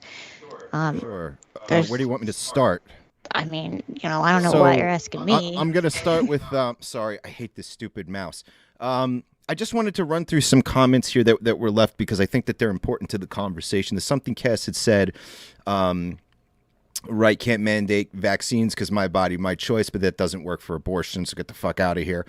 Something Cass also said, women's periods aren't on a precise clock. If you're a week late and guess and get a pregnancy test, you might have a week to make that decision at best, no? And the kicker, they can block abortions in Texas, but if it's a politician's mistress, you know damn well they'd be flown somewhere at the drop of a hat. And that's the other thing too, man, by the way, this is also a class issue. Absolutely. In a way too. So many things end up being a class issue. If you're a politician with a mistress and you wanted to have an abortion, yeah, you have the means and the money to do whatever the hell you want, no matter where you are. And that's insane. Let's see. Chance said Christians wanting to respect the science when it suits them, but are disregarding their own dogma. Imagine doing that many mental gymnastics because you have a little pee-pee and your wife had a life before you did. He said pee-pee. He said, When we were in college, I got my girlfriend pregnant, and even as a horny young progressive leftist, it was really, really intense. Not easy at all. We both knew immediately we needed to do it, but it's just not easy. People who pretend it is, it's not the most chill thing in the world. And then I want to go over to our Facebook chat because Pat had said, I had a clinical abortion. At that time, I got an IUD and gotten pregnant. The IUD moved. There was concerns about it puncturing my uterus and me hemorrhaging, so removing the IUD naturally aborted. Jesus, man. Let's see. Diane wrote. Yeah, that's a good ahead. question. I wonder under the Texas law if you had to do an IUD removal because it could be a potential puncture problem, and part of that process is an abortion. Is that considered an abortion? I wonder. Probably not. I would assume no, but holy shit! Like, what? I don't know. I don't apply much rationale to these people. It's fucking ridiculous. Yeah, I think at that point it would just be considered because it would be used as a code because there's all these medical codes. Just as an IUD removal is what I would assume. But I don't know. Like I can admit as someone who works in reproductive health and currently lives in Texas, like I need to do more research.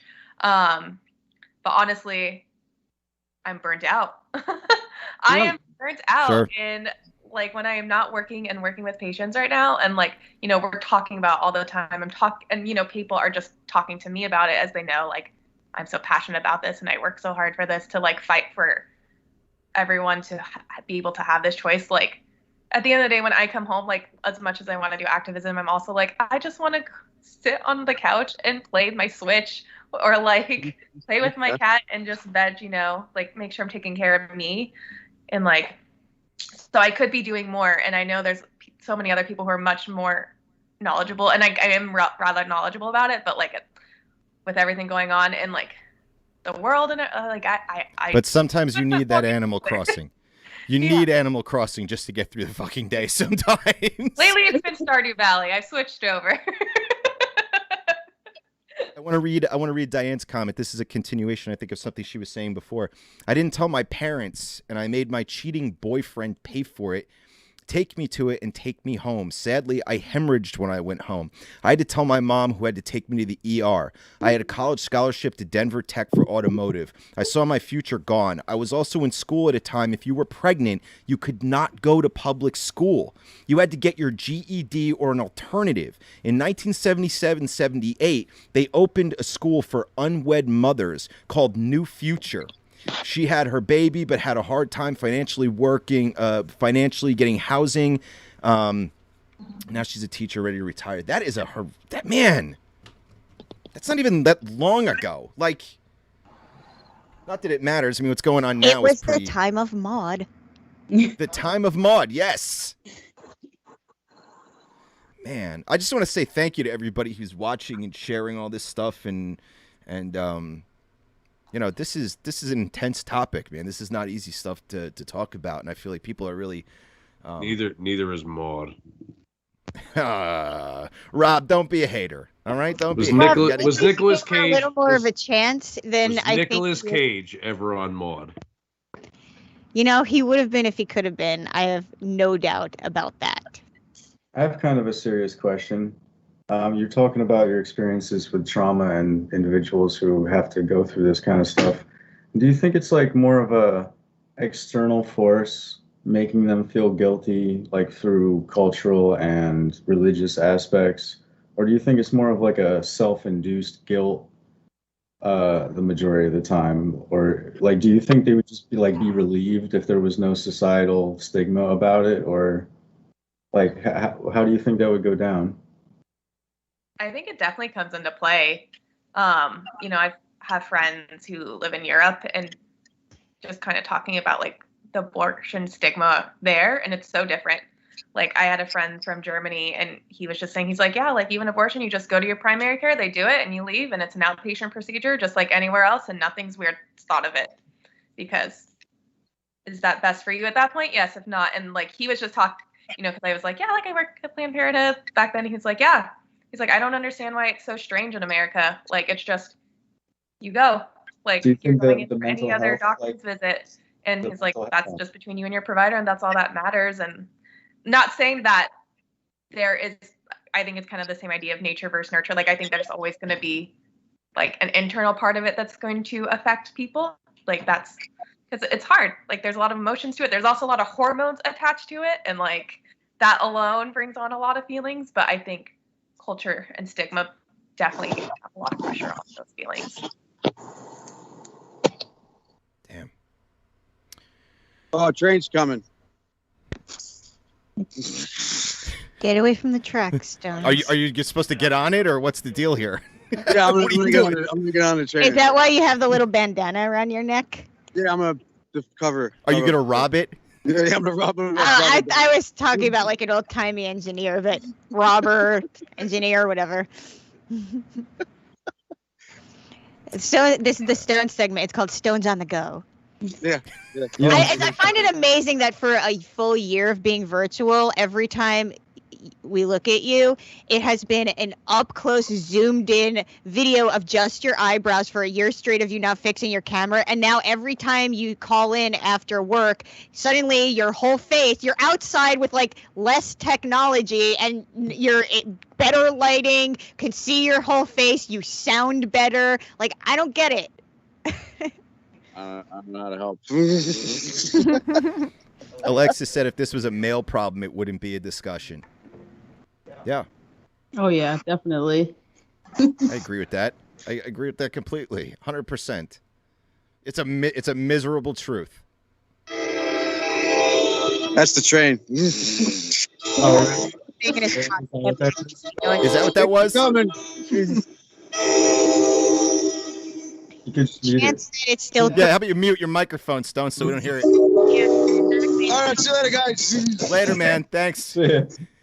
It doesn't stop. He just jumps on. Chance still throws me for a loop when I hear that abortion was made illegal in 2021 in a first world country. Is it really first world though? No, it's just called that. It's faux first. We have the money to, yeah, it's first world because we have the money to fix things. It's not first world because we don't fix them. We just got a Gucci belt on. Developing country with a Gucci belt. It's a country falling apart with iPads at every turn. Yep. Total infrastructure falling apart, society falling apart. I don't know, man. It's all right. So, Alexis said the same people screaming about masks and vaccines that the government is not going to tell me what to do are the same people telling women what they can do. and the arrogance and viciousness of it. An overlap that I've noticed. I could say that much. There's definitely an overlap. A vicious overlap. I saw a video today of this kid. He was addressing what I imagine was a board of education, because this is going on all over the country right now. And the kid was, first off, he had anti-maskers behind him. Okay, and every anti-masker's Facebook profile is an American flag with an eagle in front of it, and it says freedom, and it's fucking insane. And his kid goes up to the microphone, and he starts explaining to everybody, my grandmother came in contact with somebody who did not wear a mask, and she died. And the anti-maskers behind him started laughing at him. Yeah. And if you're like one of those people who were there doing that, you need to go look in the fucking mirror and tell yourself that you just laughed at a kid whose grandmother died for some psycho agenda that you're fucking a part of. And it's just, that viciousness is, it just, you're right, Sarah, there's overlap. That viciousness, every time that side is against something, they think they're righteous, they think they're doing the right thing, and it's just evil, man. I mean, people who hang out outside abortion clinics and like protest, they like, you know, they hold up like the big signs with like the aborted fetus, and they like hold it up and they scream at you in your face, and it's like, Jesus, man. I find that these people are also really imaginatively disgusting. Like, I hear the most out there sort of rhetorical situations that they can come up with, and then they use that as part of their argument. Oh, they love their needle in a haystack examples. They love it, dude. Like when they're fighting against like food stamps for people, they dig and dig and they find that 1 out of a million, like person you know who's what? like happy to be on food I'm stamps, sorry, and they but show the you one in videos of them. I don't care. I don't care. Like if you're on foods, like this is the thing that bothers me about people that are. First of all, the idea that politicians have the nerve to say that people on food stamps, calling any food item a luxury item, like this. A steak is a luxury item. You want to know why it's not a fucking luxury? Because you have a certain amount of money on food stamps, and if you decide to spend more money on one thing, you have less money for the other things. So it is your choice. That like the luxury, there's no fucking luxury in rationing the decision of what to and not to eat and how much to spend, and then being made to feel guilty because you're eating something that you want to eat.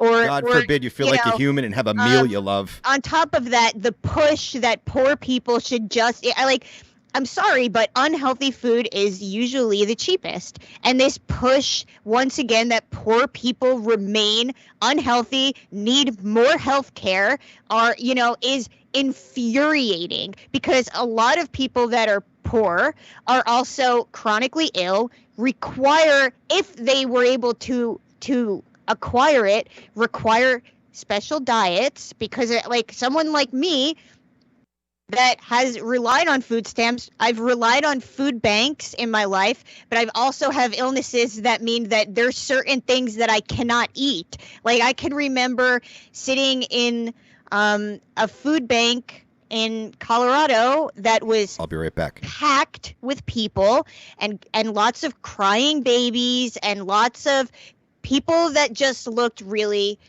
worn out, but utterly grateful that they were about to get 2 brown bags full of random food. And most of the food that was given, I couldn't eat because it makes me sick. But I was grateful for the very small amounts of things in there that I could work with. And the idea of labeling someone on food stamps as being overly greedy because they didn't pick the cheapest thing that they could find, but also then being judged if they bought like potato chips, because that's like the poster child of unhealthy food. Like everyone jumps to like, oh, potato chips, like is once again the double stigma issue that you see even with women. Like, if she is too, if she's not promiscuous enough, then she's ice princess. If she decides to have a lot of sex, she's a slut. If she decides she doesn't want to have sex with you, you're friend zoned. If it's the same sort of stigmas of like, it doesn't matter what you do, you're already the enemy just for existing in that realm. And the whole thing with quote unquote luxury food for people on food stamps is it makes me so angry. And like when Trump proposed just sending boxes out to people instead of allowing them to have food stamps, completely disregarded an enormous population of those people that have to choose food specifically for their illnesses. It just was the most ableist shit in the world. And I mean, that's only part of it. I mean, it's just wrong in general, because it's like saying basically poor people don't deserve to make their own decisions. And it's just fucked up, man. Like, this country is a fucking dumpster fire. I just want to say what up to some people in the chat that are new. Winged Regent, Calisili13. Winged Regent said, will never not be amused that the same people who want to tell women what to do with their bodies scream to high heavens that it's their body in regards to vaccines. Suddenly freedom of choice matters. Yeah, it's expensive to be ill or sick in any fashion. I believe I mentioned one time before that it's the snake that eats its tail. You're poor, so you have enough to get by, but then you get sick or require something specific, which then keeps you poor. Oh, yeah, it's a cycle of keeping as many people like that as possible, because you keep as many desperate people on the table as possible, and you can exploit desperate people. And everybody feels desperate, too. Let's see. Winged Regent said, yes, because being able to sustain yourself is a luxury to a certain group of people. Yeah, no shit, man. A luxury to feed yourself. Oh my God. Alexis said this world is so fucked up now and so many things need to be fixed way before the abortion conversation. And it's like, yeah, man, it's another thing, man. It's like with all the shit going on. That's another thing, man. With all the shit going on, sometimes I can't believe the shit that people push forward and push onto other people. Like, we all know that the fucking world is falling apart, right? Now's a perfect time to have a baby you don't want. Yeah, exactly right. What the fuck, dude? Yo, and there's like nearly 500,000 kids that need to be adopted. And by the way, like this leads me to another. I just want to change the topic a little bit here. There was a story I shared on our page recently. Oh, now we're about to get extra pissed because I know exactly what the hell you're talking about. Oh my God, dude! Let me tell you something. I never felt so fucking just angry in my life. The headline was "Give Me a Chance." Oklahoma teen hoping to find a forever family after 7-year adoption ended. Then this is the quote they published with it. Apparently, an Oklahoma family adopted a boy and he lived with them for 7 years. They gave him back because he's gay.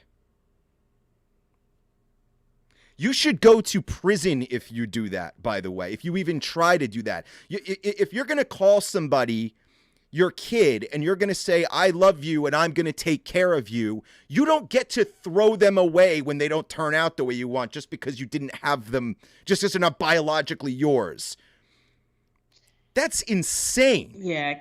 Can I say something brave yet controversial about that? Because I did read that and it made my blood boil. Sure. I'm kind of glad that I'm glad that kid wasn't stuck in a situation where he would have been either subjected to I know what you mean. Bullshit because his parents are homophobic, and I'm not happy that they gave him up, but I'm glad that they made a choice to at least have someone else because he has a chance now.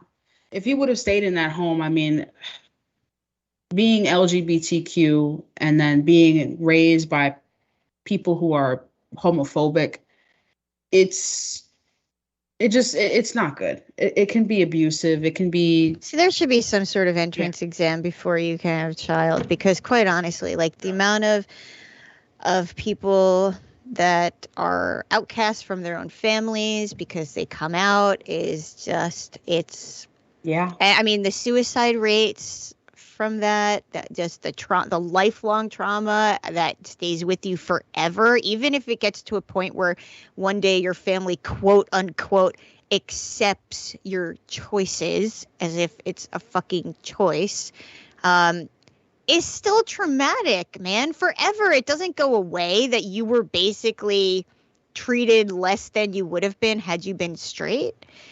I mean, something that won't ever affect the other person ever. It's just, man, this as place is Alexis a put it, dumpster fire. No shit. As Alexis put it in the chat, that kid doesn't deserve those piece of shit parents. Those parents do not deserve any child whatsoever. If you cannot accept and love your child for any reason, you should not be a parent. Not every, what is it? Every kid deserves parents, but not every parent deserves kids. That's exactly right. And it's a miserable situation, man. I don't know, like if you've ever just scrolled through TikTok at night. Yeah. The number of kids that I see in these horrendous situations with their bigot parents is hard to take.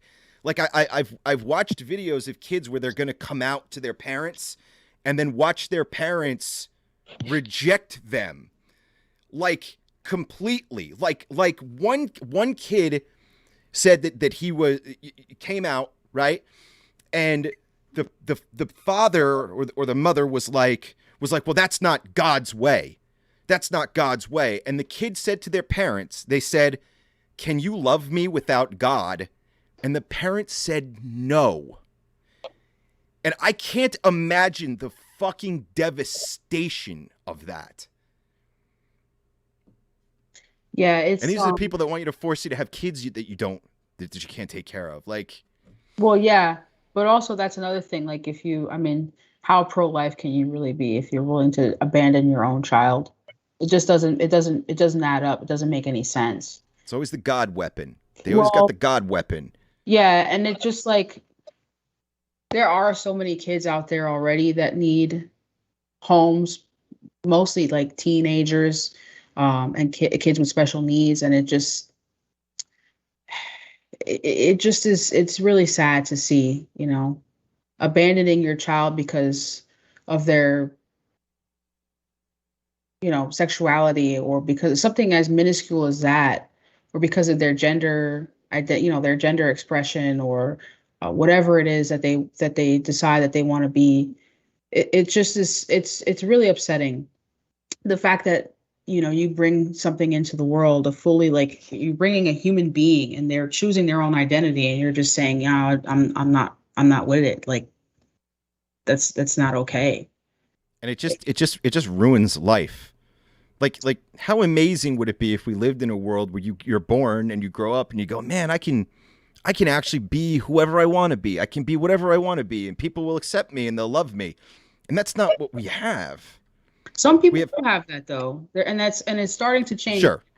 More, I mean, even like there's, which is controversial in some states, but there's public school districts that do Pride Month, which is like, then we never had Pride Month in my elementary school or kindergarten, or anything like that. So it's something that, like, like even local libraries will have drag queen brunches, or not drag queen brunch, that's different, but drag queen, like, story times where they're coming. That's a good band name. Yeah, here's my, like, this is who I am, and like, if you have any questions, ask me about it. Like, there is this opening conversation about sexuality and also like gender identification that's happening now. I feel like that breed of parent is slowly but surely dying out.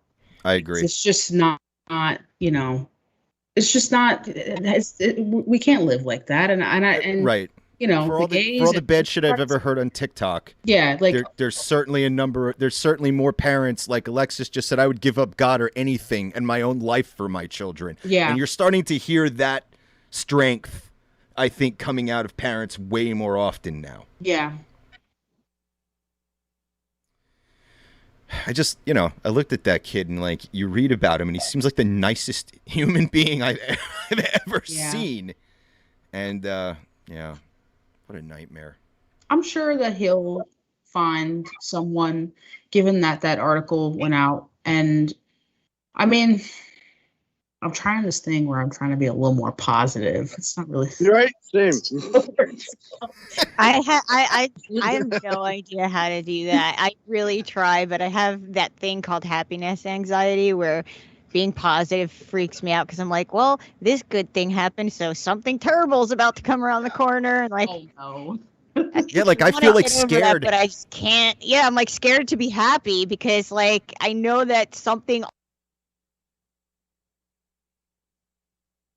Yeah, I don't know. I always ask this question to new people that actually give a shit about getting to know them, and it's amongst the chaos, what's the most beautiful thing that you've witnessed? And every time I've gotten, wow, that's a really good question. And a lot of times there's not a lot of definitive answers.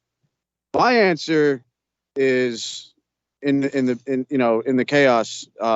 There's a lot of beauty. I was in the trauma center at Jersey Shore.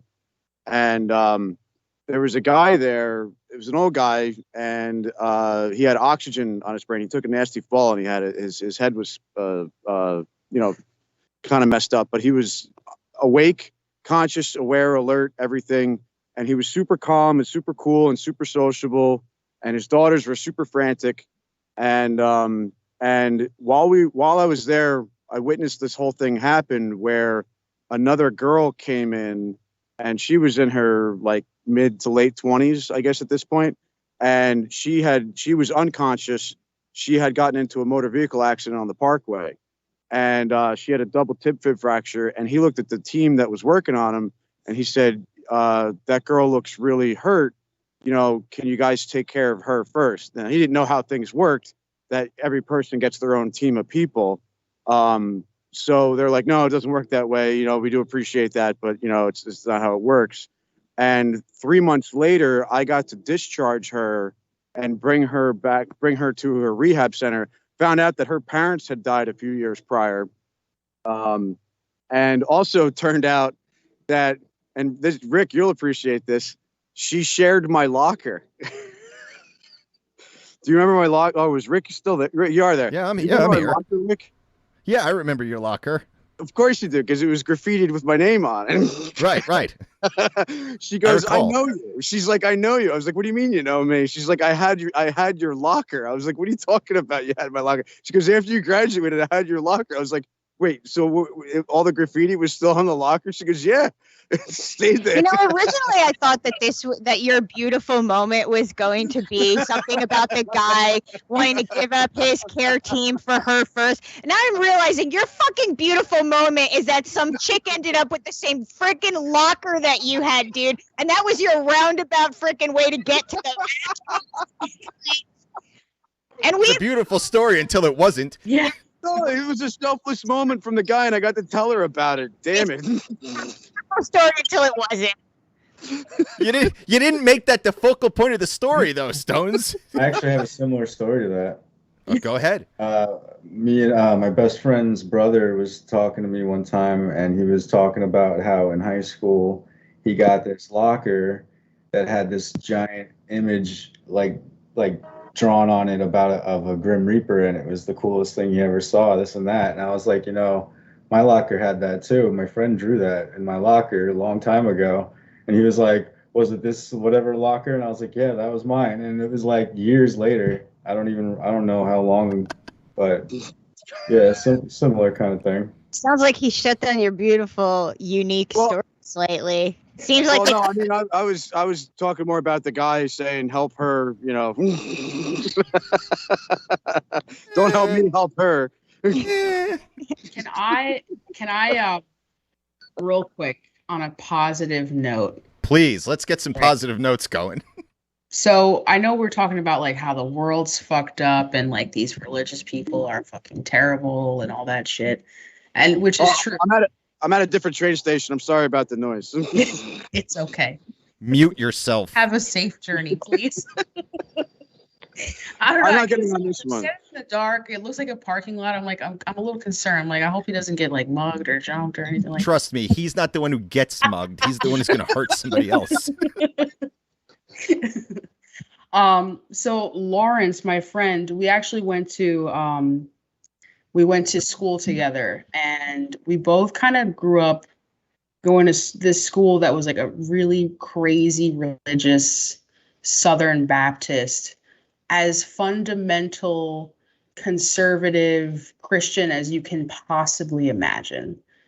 And we were kind of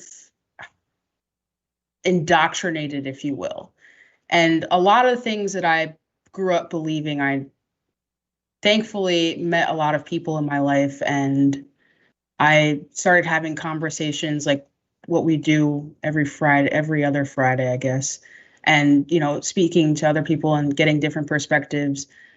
And I think about how differently my life would have turned out if I had not been open to just listening to people and just talking to them.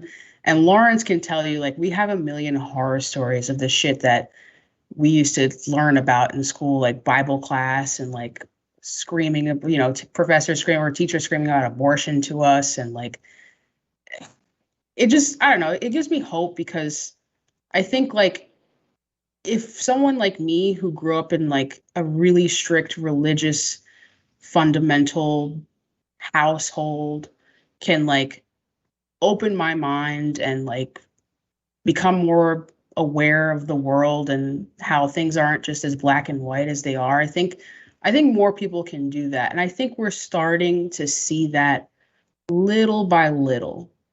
It's kind of shitty now because I feel like the pandemic's like making things a lot fucking worse.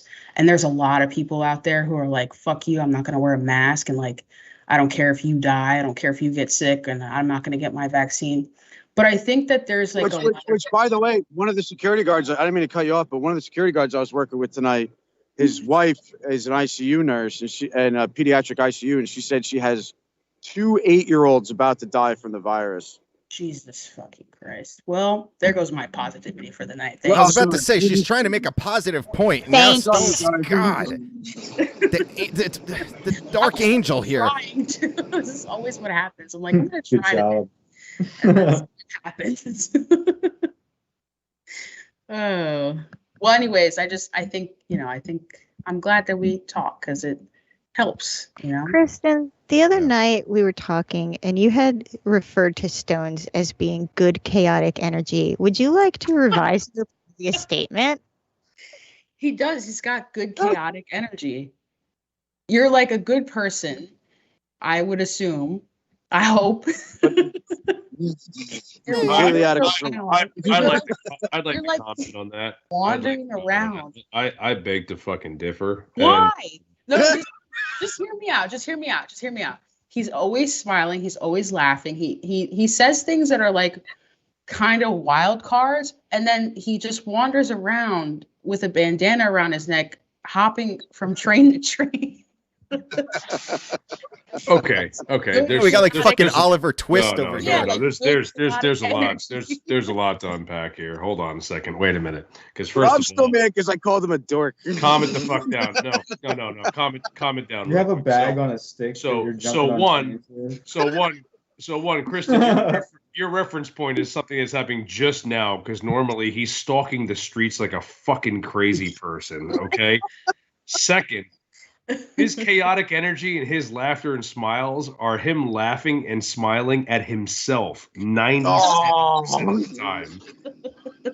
This guy, that's where I'm gonna leave it there because if we go any further, I'm gonna take both your points and I'm gonna drop them in the fucking trash. I want to hear if it's because Stones is none of those things. Stones is probably the most evil things that have ever been birthed in life.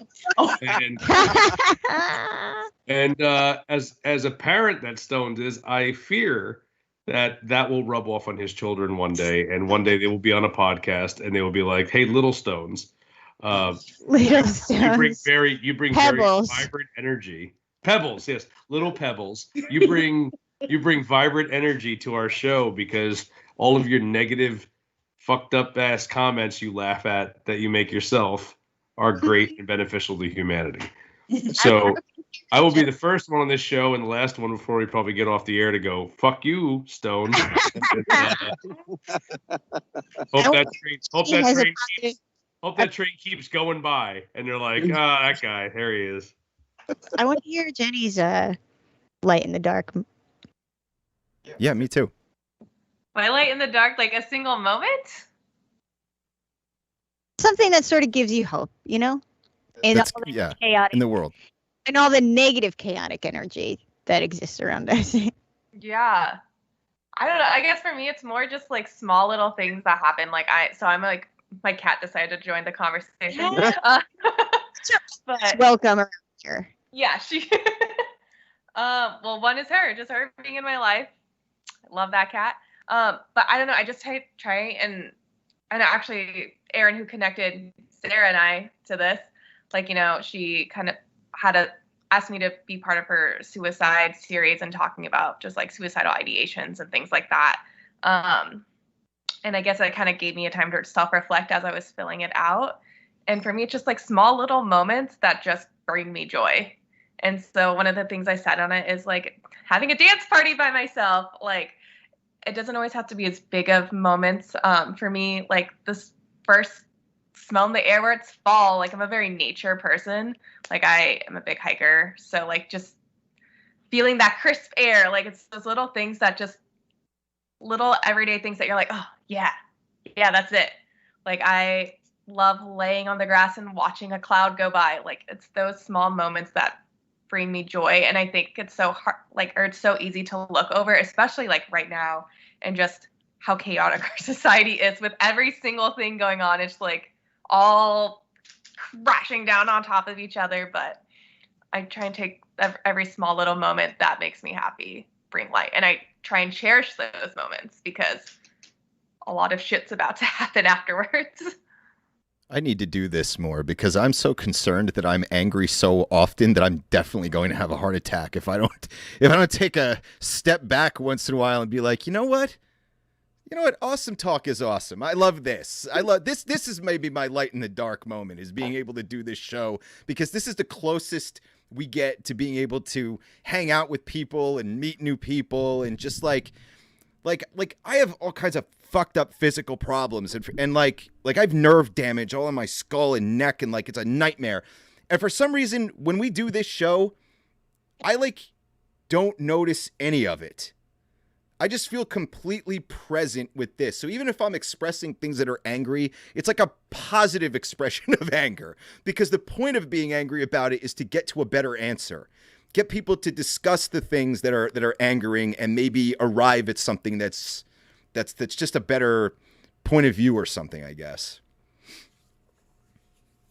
Librarians are cool, says we all have to listen to Ferris. I want to know what Pat's is. That look. Look at Pat's giving me the face. I guess there's no light there. What was the question? What's your light in the like, dark right what's now? like what's the saving grace in your life to sort of maybe distract you from how shitty a lot of things in the world are at the moment, or something that might make you feel like, well, maybe not everything is totally on fire? I don't know, maybe just the animals and stuff like that outside. Pat is an animal whisperer, for people who don't know this. Like, he has like You have no squirrel idea. friends that are like, I have been trying to encourage him for quite a long time now to start like pet safari that we could run on our channels.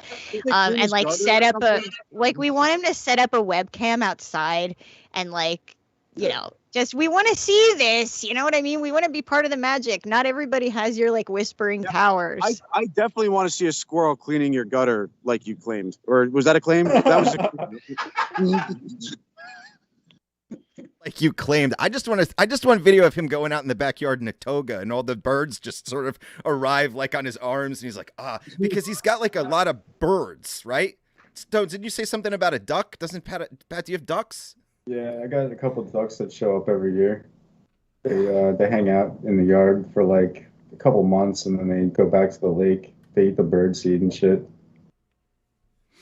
Your stories of your animal stories are like some of the most heartwarming things like that like I've ever experienced, just because like you're so like smoothly casual about them. Like, I was like hanging out with like the ducks the other day, and then they like, it's like so like normal. Oh yeah, like I mow the lawn and they just kind of like walk away from me, and then they just sit in a different spot that I already mowed. Like they don't give a shit about me. And then they walk back to the mowed spot. When Yep. I love it. Hey Rob, what's your moment of light in the darkness? And also, fuck you too. There's definitely secret beef there. He was waiting. Don't look at it that way. Don't look. They would make out right now if they had the chance. Don't even think that that's what this is. On each other, it's embarrassing. He was fucking waiting for that. He is he is 6 to 12 right now. He wanted to get that in, and that was all that was about. What's your light in the dark, Rob? I'm not sure I interpret this the right way. What do you mean by light in the dark? Like what are we really talking The about? world is like kind of on fire right now, and like, what's something that you can think of that you can look at as like, well, not everything is bad. That this exists, and this gives me a feeling of something other than negative, something that makes you feel like it's not all bad.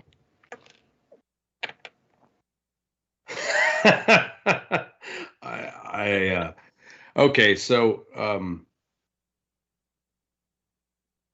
I spent the last 8 years of my life, about 8 years of my life. My mother's been gone a year, 2 years before that I was taught. So yeah, about 5 years before that.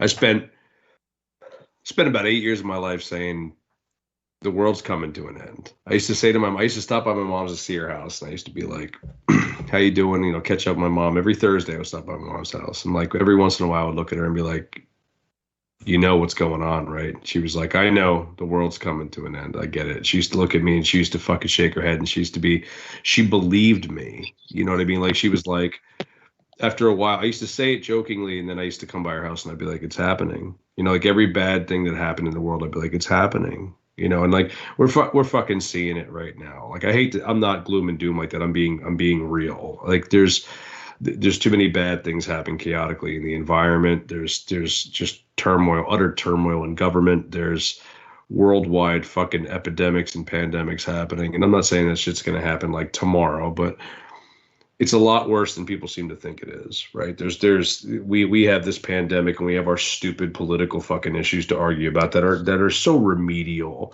Like progress should be happening no matter what. We shouldn't be arguing about any of this stuff. And all of the work that Jenny, that you're involved in and stuff like that, like these are things that like they should be no fucking brainers for the progress of humanity. Like these aren't questionable fucking items.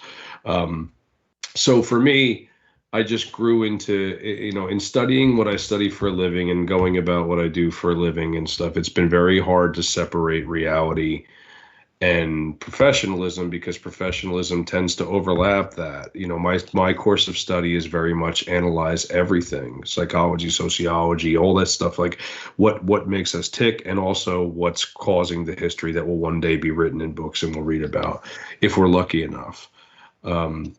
So for me, the cynicism and the pessimism and what I call realism, I guess, the idea of just everything being like the negative means to an end, I guess. It's become very, very trite and very difficult to try to find happiness because it seems like when you live life like that, I mean, I'm not recommending it to anybody. It's a very difficult thing to deal with because you look at the things and you go, it's not fucking Murphy's Law, man. This shit is going to happen. And almost 8 out of 10 times, this shit does happen. It may not happen immediately, but it happens. So, like, the light part of it for me has become very gloomy, very difficult because I want to say there are so many good things. Like, before the show came on, you asked me how I was doing, and I was like, I'm fucking sad, man, because, Rick and I have had multiple conversations about education, and obviously anybody who watches this show and pays attention to it knows that that's our lives. Our lives are to educate. It's not that we're teachers. We have trades, and people listen to us talk for hours, and we're entertaining doing it for the most part. And there are people that probably don't like us because we're overly flamboyant about it and everything, but the reality is that's what we do. So seeing that dissipate and fall apart and seeing humanity dissipate and fall apart, that question is very interesting to me because I have tried to find, for the first time in my life, I never really tried to find light. I never tried to find something that was like, keep moving. And I'm not talking from a suicidal sense. I'm not talking from a negative, like the world is coming to a crashing halt sense. I mean, in the way that let's try to get through all this. There's so much fucking negativity and there's so much fucking anger and there's like people are triggered. And it's not liberal shit. It's not conservative. People are just fucking triggered. People look for things to drag themselves down. And I have a family member that's deeply involved in QAnon theories and shit like that. And I looked at them one day about 3 months ago and I was like, dude, listen, every conspiracy has a tone of truth to it. And I respect everything you believe. I don't really respect everything they believe, but some of it is just chaotic and idiotic. But at the end of the day, do you really want to live your life thinking negatively about everything? And my life is negative. My life has always been about negative thinking. And now the light for me is that I know there's a better group. There's a better side to human beings somewhere. They just have to come together. They have to have conversation. They have to acknowledge each other. And I feel like that my life, beyond what Rick and I are dealing with education and where we stand with both the state of education and the turmoil going on and our own personal experiences with the place that we are employed at, because we see it firsthand,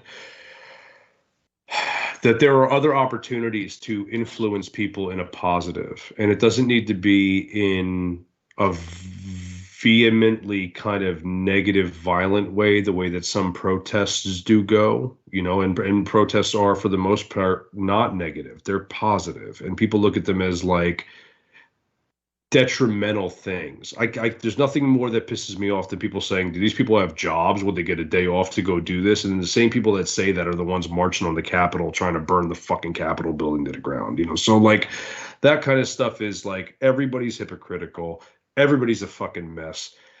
The light for me is that I have hope that there will be voices. I don't want to think negatively in the sense I spent like 12 years of my life thinking all of these motions and all the people that could be out there speaking. We came from a history of great speakers, and we really haven't had many lately because of social media. You know, I don't have negative outlooks on everything, but I have negative outlooks on a lot of things. You tend to deal with that shit. But I have hope that our society will have to come to terms with itself. And whether that be to a negative conclusion briefly, which tends to happen in every society, I feel like there's going to be a beautiful end at the tunnel. And in a way where maybe those people just, you know, are not going to keep rattling their cage like they have to. You know, I have hope. I just have hope that there's people that could one day turn and talk to each other, you know, and it's a serious fucking struggle for me because I don't really believe people have that, but I'm using that as a guide. I'm using that if I can have more conversation with people and I can be polite to people, I feel that if more people just looked at themselves as the future they want to see, and they could pass that on to each other, you know, and they could discuss things with people in a calm nature and say, listen, I get where you're coming from, but listen to me for a second. Like, how do you look at this? And that's, for some people, that may be some outside the fucking box liberal bullshit, but the reality is that it's not categorization. It's just, you're a fucking human, man. We're in the game together, you know, and like, the fact that it's even considered to be a fucking competition really bothers me. So the light at the end of the tunnel is that hopefully people will come to terms with the fact, whether it has to be at the turn, you know, the end of something catastrophic or something, it's usually how it happens, but something's going to happen. And I hope for the sake of us as a species, it's something beautiful and not something negative. And I've learned that now in my life through my own, I guess, what do you call it, turmoil and shit that's gone on, and where I'm at mentally in my head at 40 years old, is that I'm going to be one of those people. And hopefully that I can then, you know, get that thought process into 1 out of every 10 people I meet.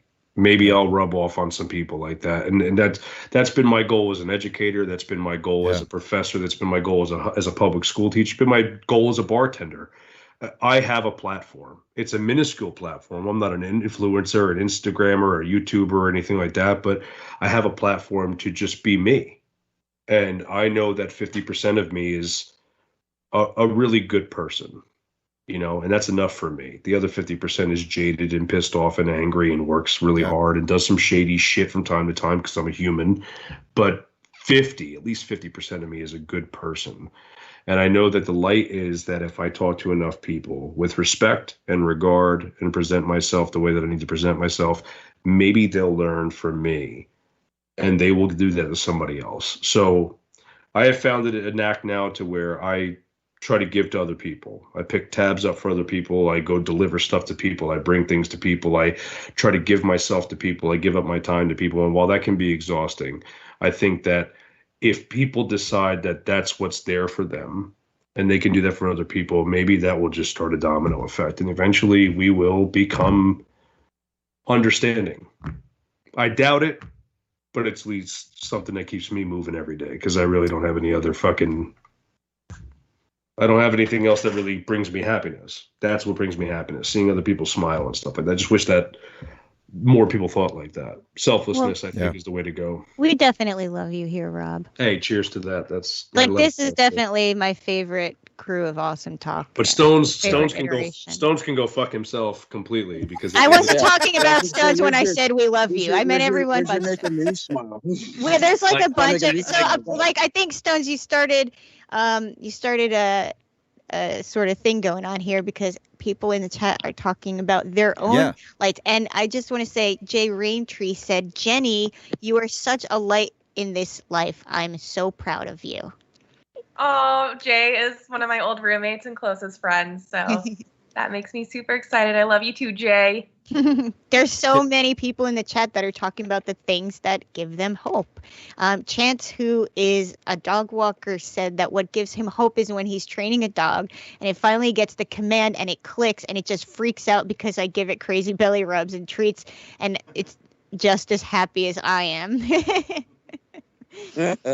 Sorry, I want what's to say yours? that I want to read Winged Regents. I think the light in my darkness has been, generally speaking, the progress in our lives, not in the world itself, but on a personal level. Like Kristen said, we saw so many horror stories from that school we went to, and being able to grow and learn that continues to give me hope. Not that the darkness will end, but that we'll be able to handle the impending darkness and push through to create our own light, find the humanity within the panicky animal that is human species, which reminds me of a lot of what Rob was talking about.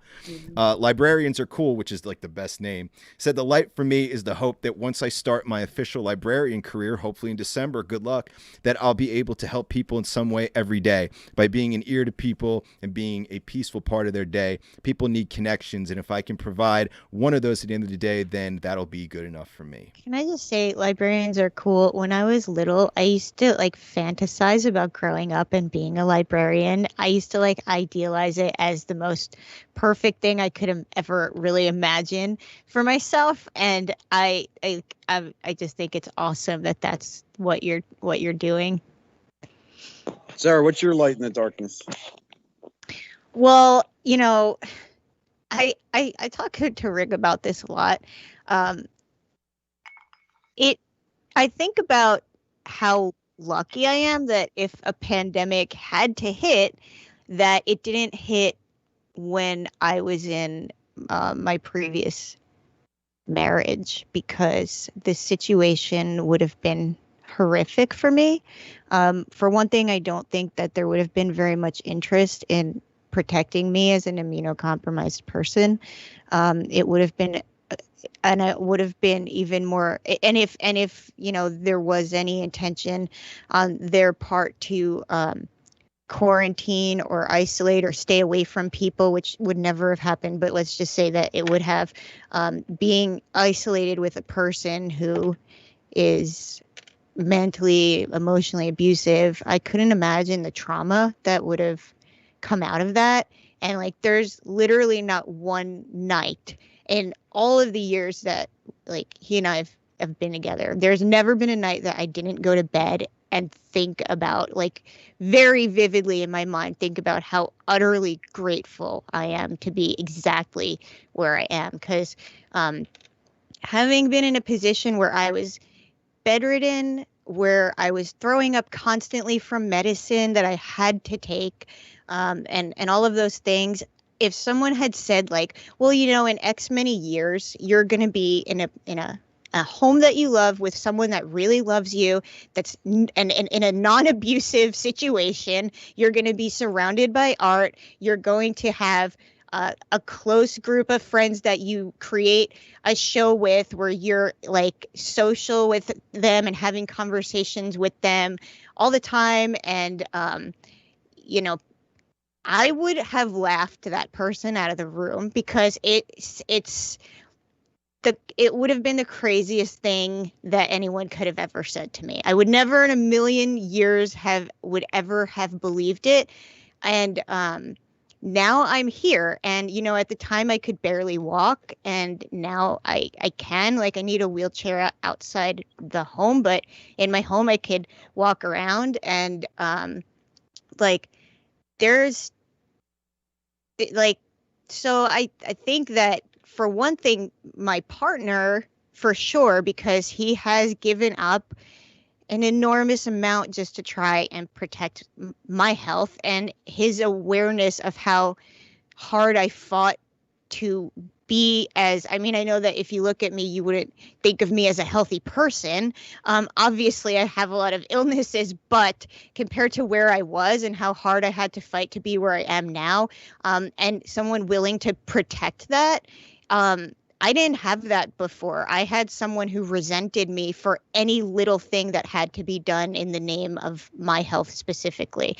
And that was a really traumatizing thing. And it made me believe that all relationships would inevitably be bad and that the person would inevitably resent me over time because I have an illness that's progressive. It's going to get worse and it's never going to go away and I'm never going to be able-bodied. And it turns out that that's not true. And not only that, but the person that I ended up with is someone that I've known for over 20 years and was my friend through that entire journey, you know. And the other thing is all of the people that I now have in my life, probably not just because of him, but partially because of him, knowing Rob, knowing Pat, you know, knowing all of you guys, if I hadn't done this show, I wouldn't know any of you. Stones, Stones might have a gruff exterior, but if you're lucky enough to call him a good friend, he's one of the best friends you could ask for. So I think that I find that the people in groups might be horrific, but I singularly know some of the best people. Like, I think Rob is an amazing, endearing person. And I think Kristen is, for a long time now, a lot of my friends have really been male, other than my cousin that I grew up with, like, who I think of as my sister, and my sister's sister, who I've gotten very close to in the past couple years. The truth is, I don't really have a lot of female friends for some reason. And I don't know if it's just because, you know, I was isolated and bedridden for a long time where I couldn't go out and socialize. So the friends I made typically were online or in gaming communities, and they were just male-oriented friends. And like, I really, you know, I was talking to Rick the other day about how much I value the fact that, like, I've been able to build a relationship, like a friendship with Kristen. It's actually somewhat new to me, being someone who has been so isolated in my like most of my adult life. So I think that just like my relationships with people, I told Pat the other day, like, you know, usually before an Awesome Talk Live, we're like sitting in the other room together, just having a conversation about like, how's life? And it's just, and I told him, like, you have no idea how often I think about those little conversations before live shows and how much I miss them. Like, genuinely, like, I really miss that. And like, there was a time where I didn't have a lot to miss. Like it might suck that we've been completely self-isolated for a year, but having things to miss is actually really nice. And like, that's like all you guys and Rick and you know, like, those are huge for me, and I'm sure that they would be huge for anyone, but just as someone who didn't have a lot of that for so long, like, when you're like fighting to just basically live another day and wondering if it's even worth it to bother trying to fight so much. Now, like, I have so much to lose. I've told Rick in the past, like, I used to not be particularly worried about the outcome of things, but I would fight to continue surviving. And now it's different. Now it's terrifying if anything goes wrong with my health, because I have so much more to miss and so much that I would be giving up if I wasn't here. And like, it's kind of a double-edged sword in a way, but like, I just like really love you guys. And I didn't really have a lot to love before.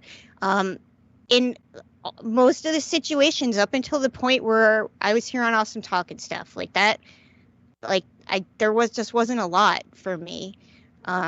So yeah, I would say that that's probably it for me. And for sure, our cats, I love them.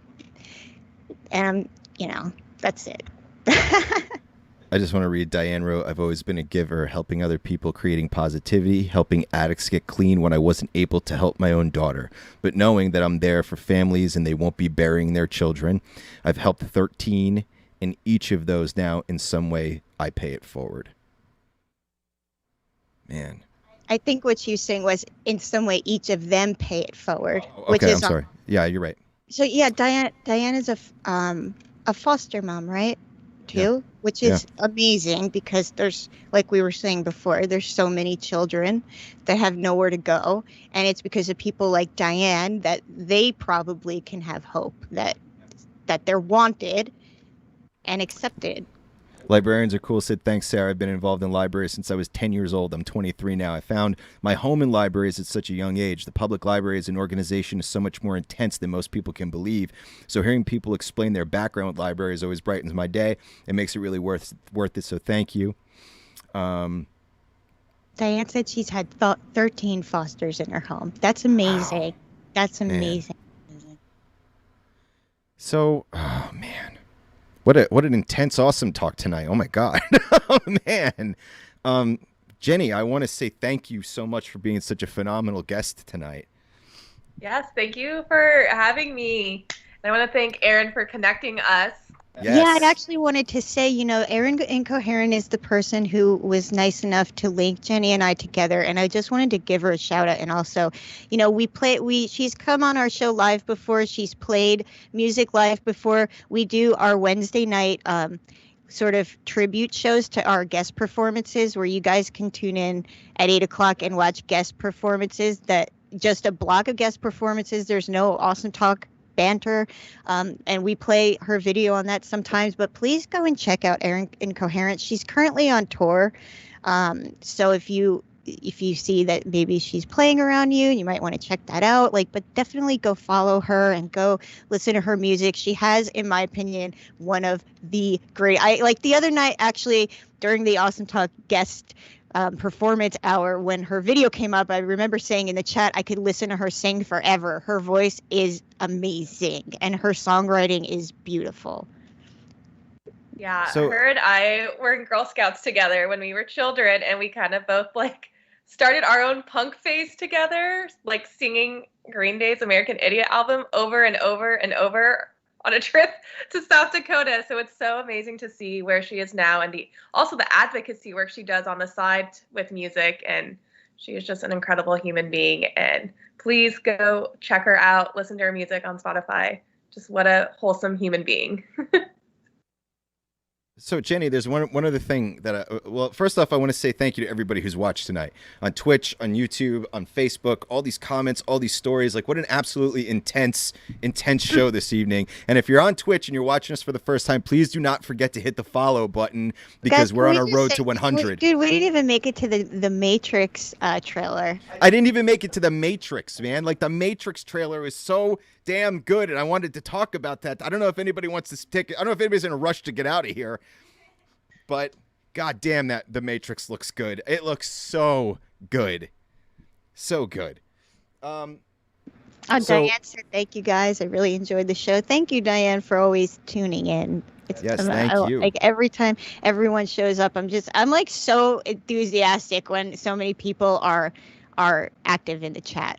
Because when Awesome Talk started, the whole, you can see the giant screen behind me, the whole idea of having the screen up with the chat going was that everybody at the bar would be able to see the chat, and everybody would be able to include the people in the chat in the conversation to make it feel like they were there with us, and we were all sitting at a bar together as a bunch of friends having random conversations and having a drink. And I feel like we've managed to, as best as we can to our ability, allow that to continue virtually. And it makes me so happy when so many people, this chat is there's so much, and it's so awesome how much people are just involved, because that's the whole point. It's not us talking, it's everybody talking. So, Jenny, this is something that we give to our guests. It's called the final word. If you had a final word to put out to the whole world right now, what would it be? Just one word? No, like a message, right? You have an opportunity to say one thing to the whole world. What would it be? Just listen. Don't say anything, just listen. Awesome. Awesome. Thank you so much for being our guest tonight. You were phenomenal. Absolutely phenomenal, man. I hope that you'll come back. Yeah, I loved it. This was great. Awesome. I'm so happy that you were here. Thanks for having me. Of course. Especially And again, on such charged topic. Such a charged. Yes. Before she came on, I was like, just so you know, we usually bounce from topic to topic. Some are serious, some aren't. And now I'm kind of like, well, maybe that wasn't entirely true this time. Sorry. We did intend to talk about the Matrix, so our intentions were to make Librarians are cool, said Jenny. You're an awesome human. Healthcare is so lucky to have you. I feel the same way. As someone who has chronic illnesses, unfortunately, medical gaslighting is a real thing. I unfortunately live with medical-induced PTSD, which makes it really hard for me to see, especially new doctors. It puts my health actually in jeopardy because the trauma is so bad that it's nearly impossible sometimes for me to see new doctors. Same goes for even just calling pharmacies and stuff. I actually have to talk to a therapist because it's so bad.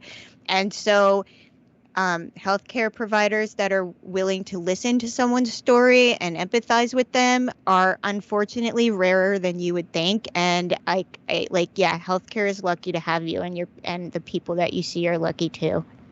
Thank you. Yeah, I mean, I've heard that from so many patients and myself, have had that experience. So I just, I guess for me, my approach in terms of having healthcare, obviously other than asking just the basics and what you need to know, is allow my patients to tell me their story rather than me narrate their story. And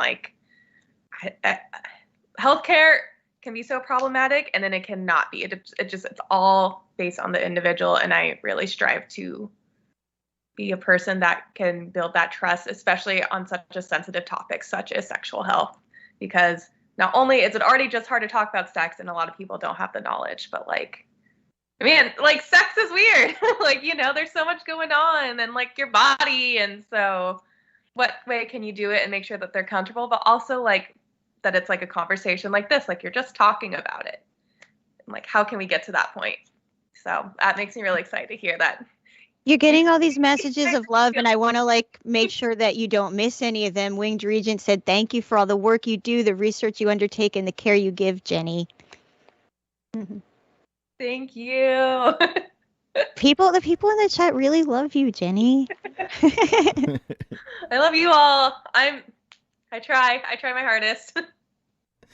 Well, tonight was absolutely a fantastic show. Again, thank you so much for being here. Thank you, everybody who's watching, everybody who commented, everybody who shared. Please remember to hit follow, man. We're on a road to 100 followers. Sarah, I was thinking I might just play some music to close the show out. Do you think that's okay? Why don't you play the Erin Incoherent video? I'm going to play the Erin Since Incoherent we were just video. speaking about her. And she really facilitated our guest tonight. Honestly, I wouldn't have met Jenny otherwise. I think that sounds right. So I'm gonna say goodnight to all you guys, and I'm gonna close out with this music. And again, and Rick, at the end of her music video, it actually says all the ways you could find her, all her social media links. Correct. Right? Okay. Yep. Good. Yep. Good. That'll all pop up.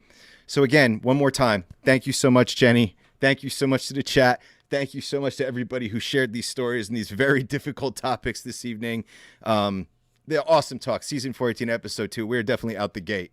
So tune in on Wednesday night. On Wednesday night, I'll be here with a block of music and comedy for you guys for an hour. And then in 2 weeks, we'll be back with the full season 14, episode 3.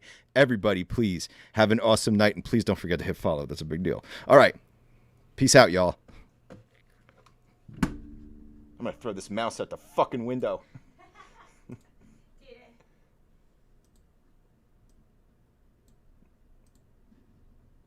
It's called The Storm. This is also on Deja Vu. I'm Erin Incoherent. Thank you very much for having me. This has been an awesome talk, an awesome experience. And I'm sure you hear that all the time, but it's because y'all are doing a good fucking job.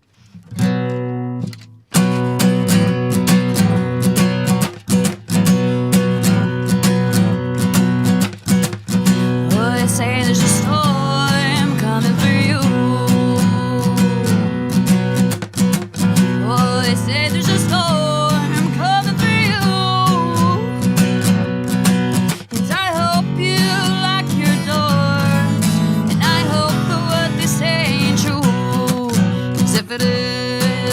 there's a storm coming for you. And don't you tell me no more lies, no, I want the truth. 'Cause both you and I know that I deserve the truth. 'Cause you led me on to believe for over 6 fucking weeks. But I guess loving you at all was like loving a ghost. 'Cause we take 2 steps and clearly we're going nowhere. We're just wasting all our time. We must be a sight of confusion, or maybe just a sight for sore eyes.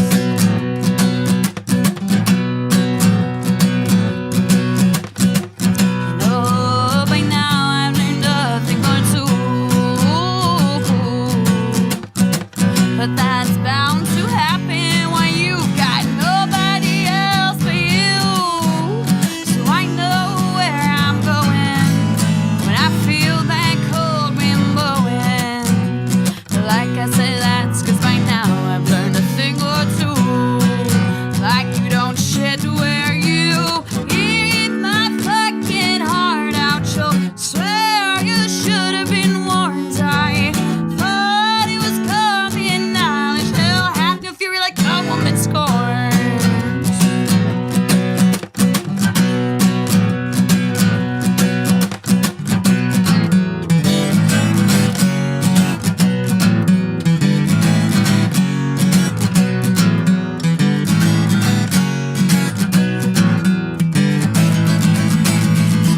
Two, three, out.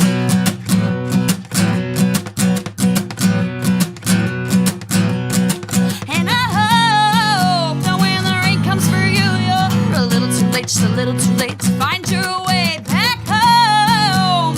And away you are swept with the hurt and the pain and the grief and the shame that you left me. On the day that you left me. But we both know it was long before then. So bring the thunder and the rain.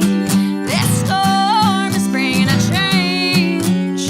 I ain't afraid for me, but boy, I swear I'm glad that I ain't you.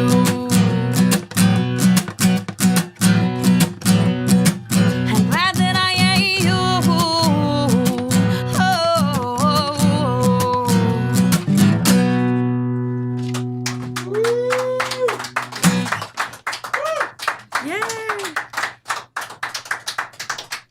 So I want to thank everybody again one more time for being here tonight. One more round of applause for Aaron Incoherent tonight, please. Thank you. Awesome. Thank you so much for being here.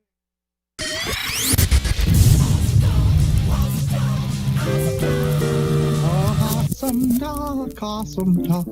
We got some awesome talk today. Awesome talk, oh, awesome talk. You're like the way we talk. It's awesome, awesome talk, oh, awesome talk. You like the way we awesome talk. It's awesome talk, fucking awesome talk. You like the way we talk. It's fucking awesome.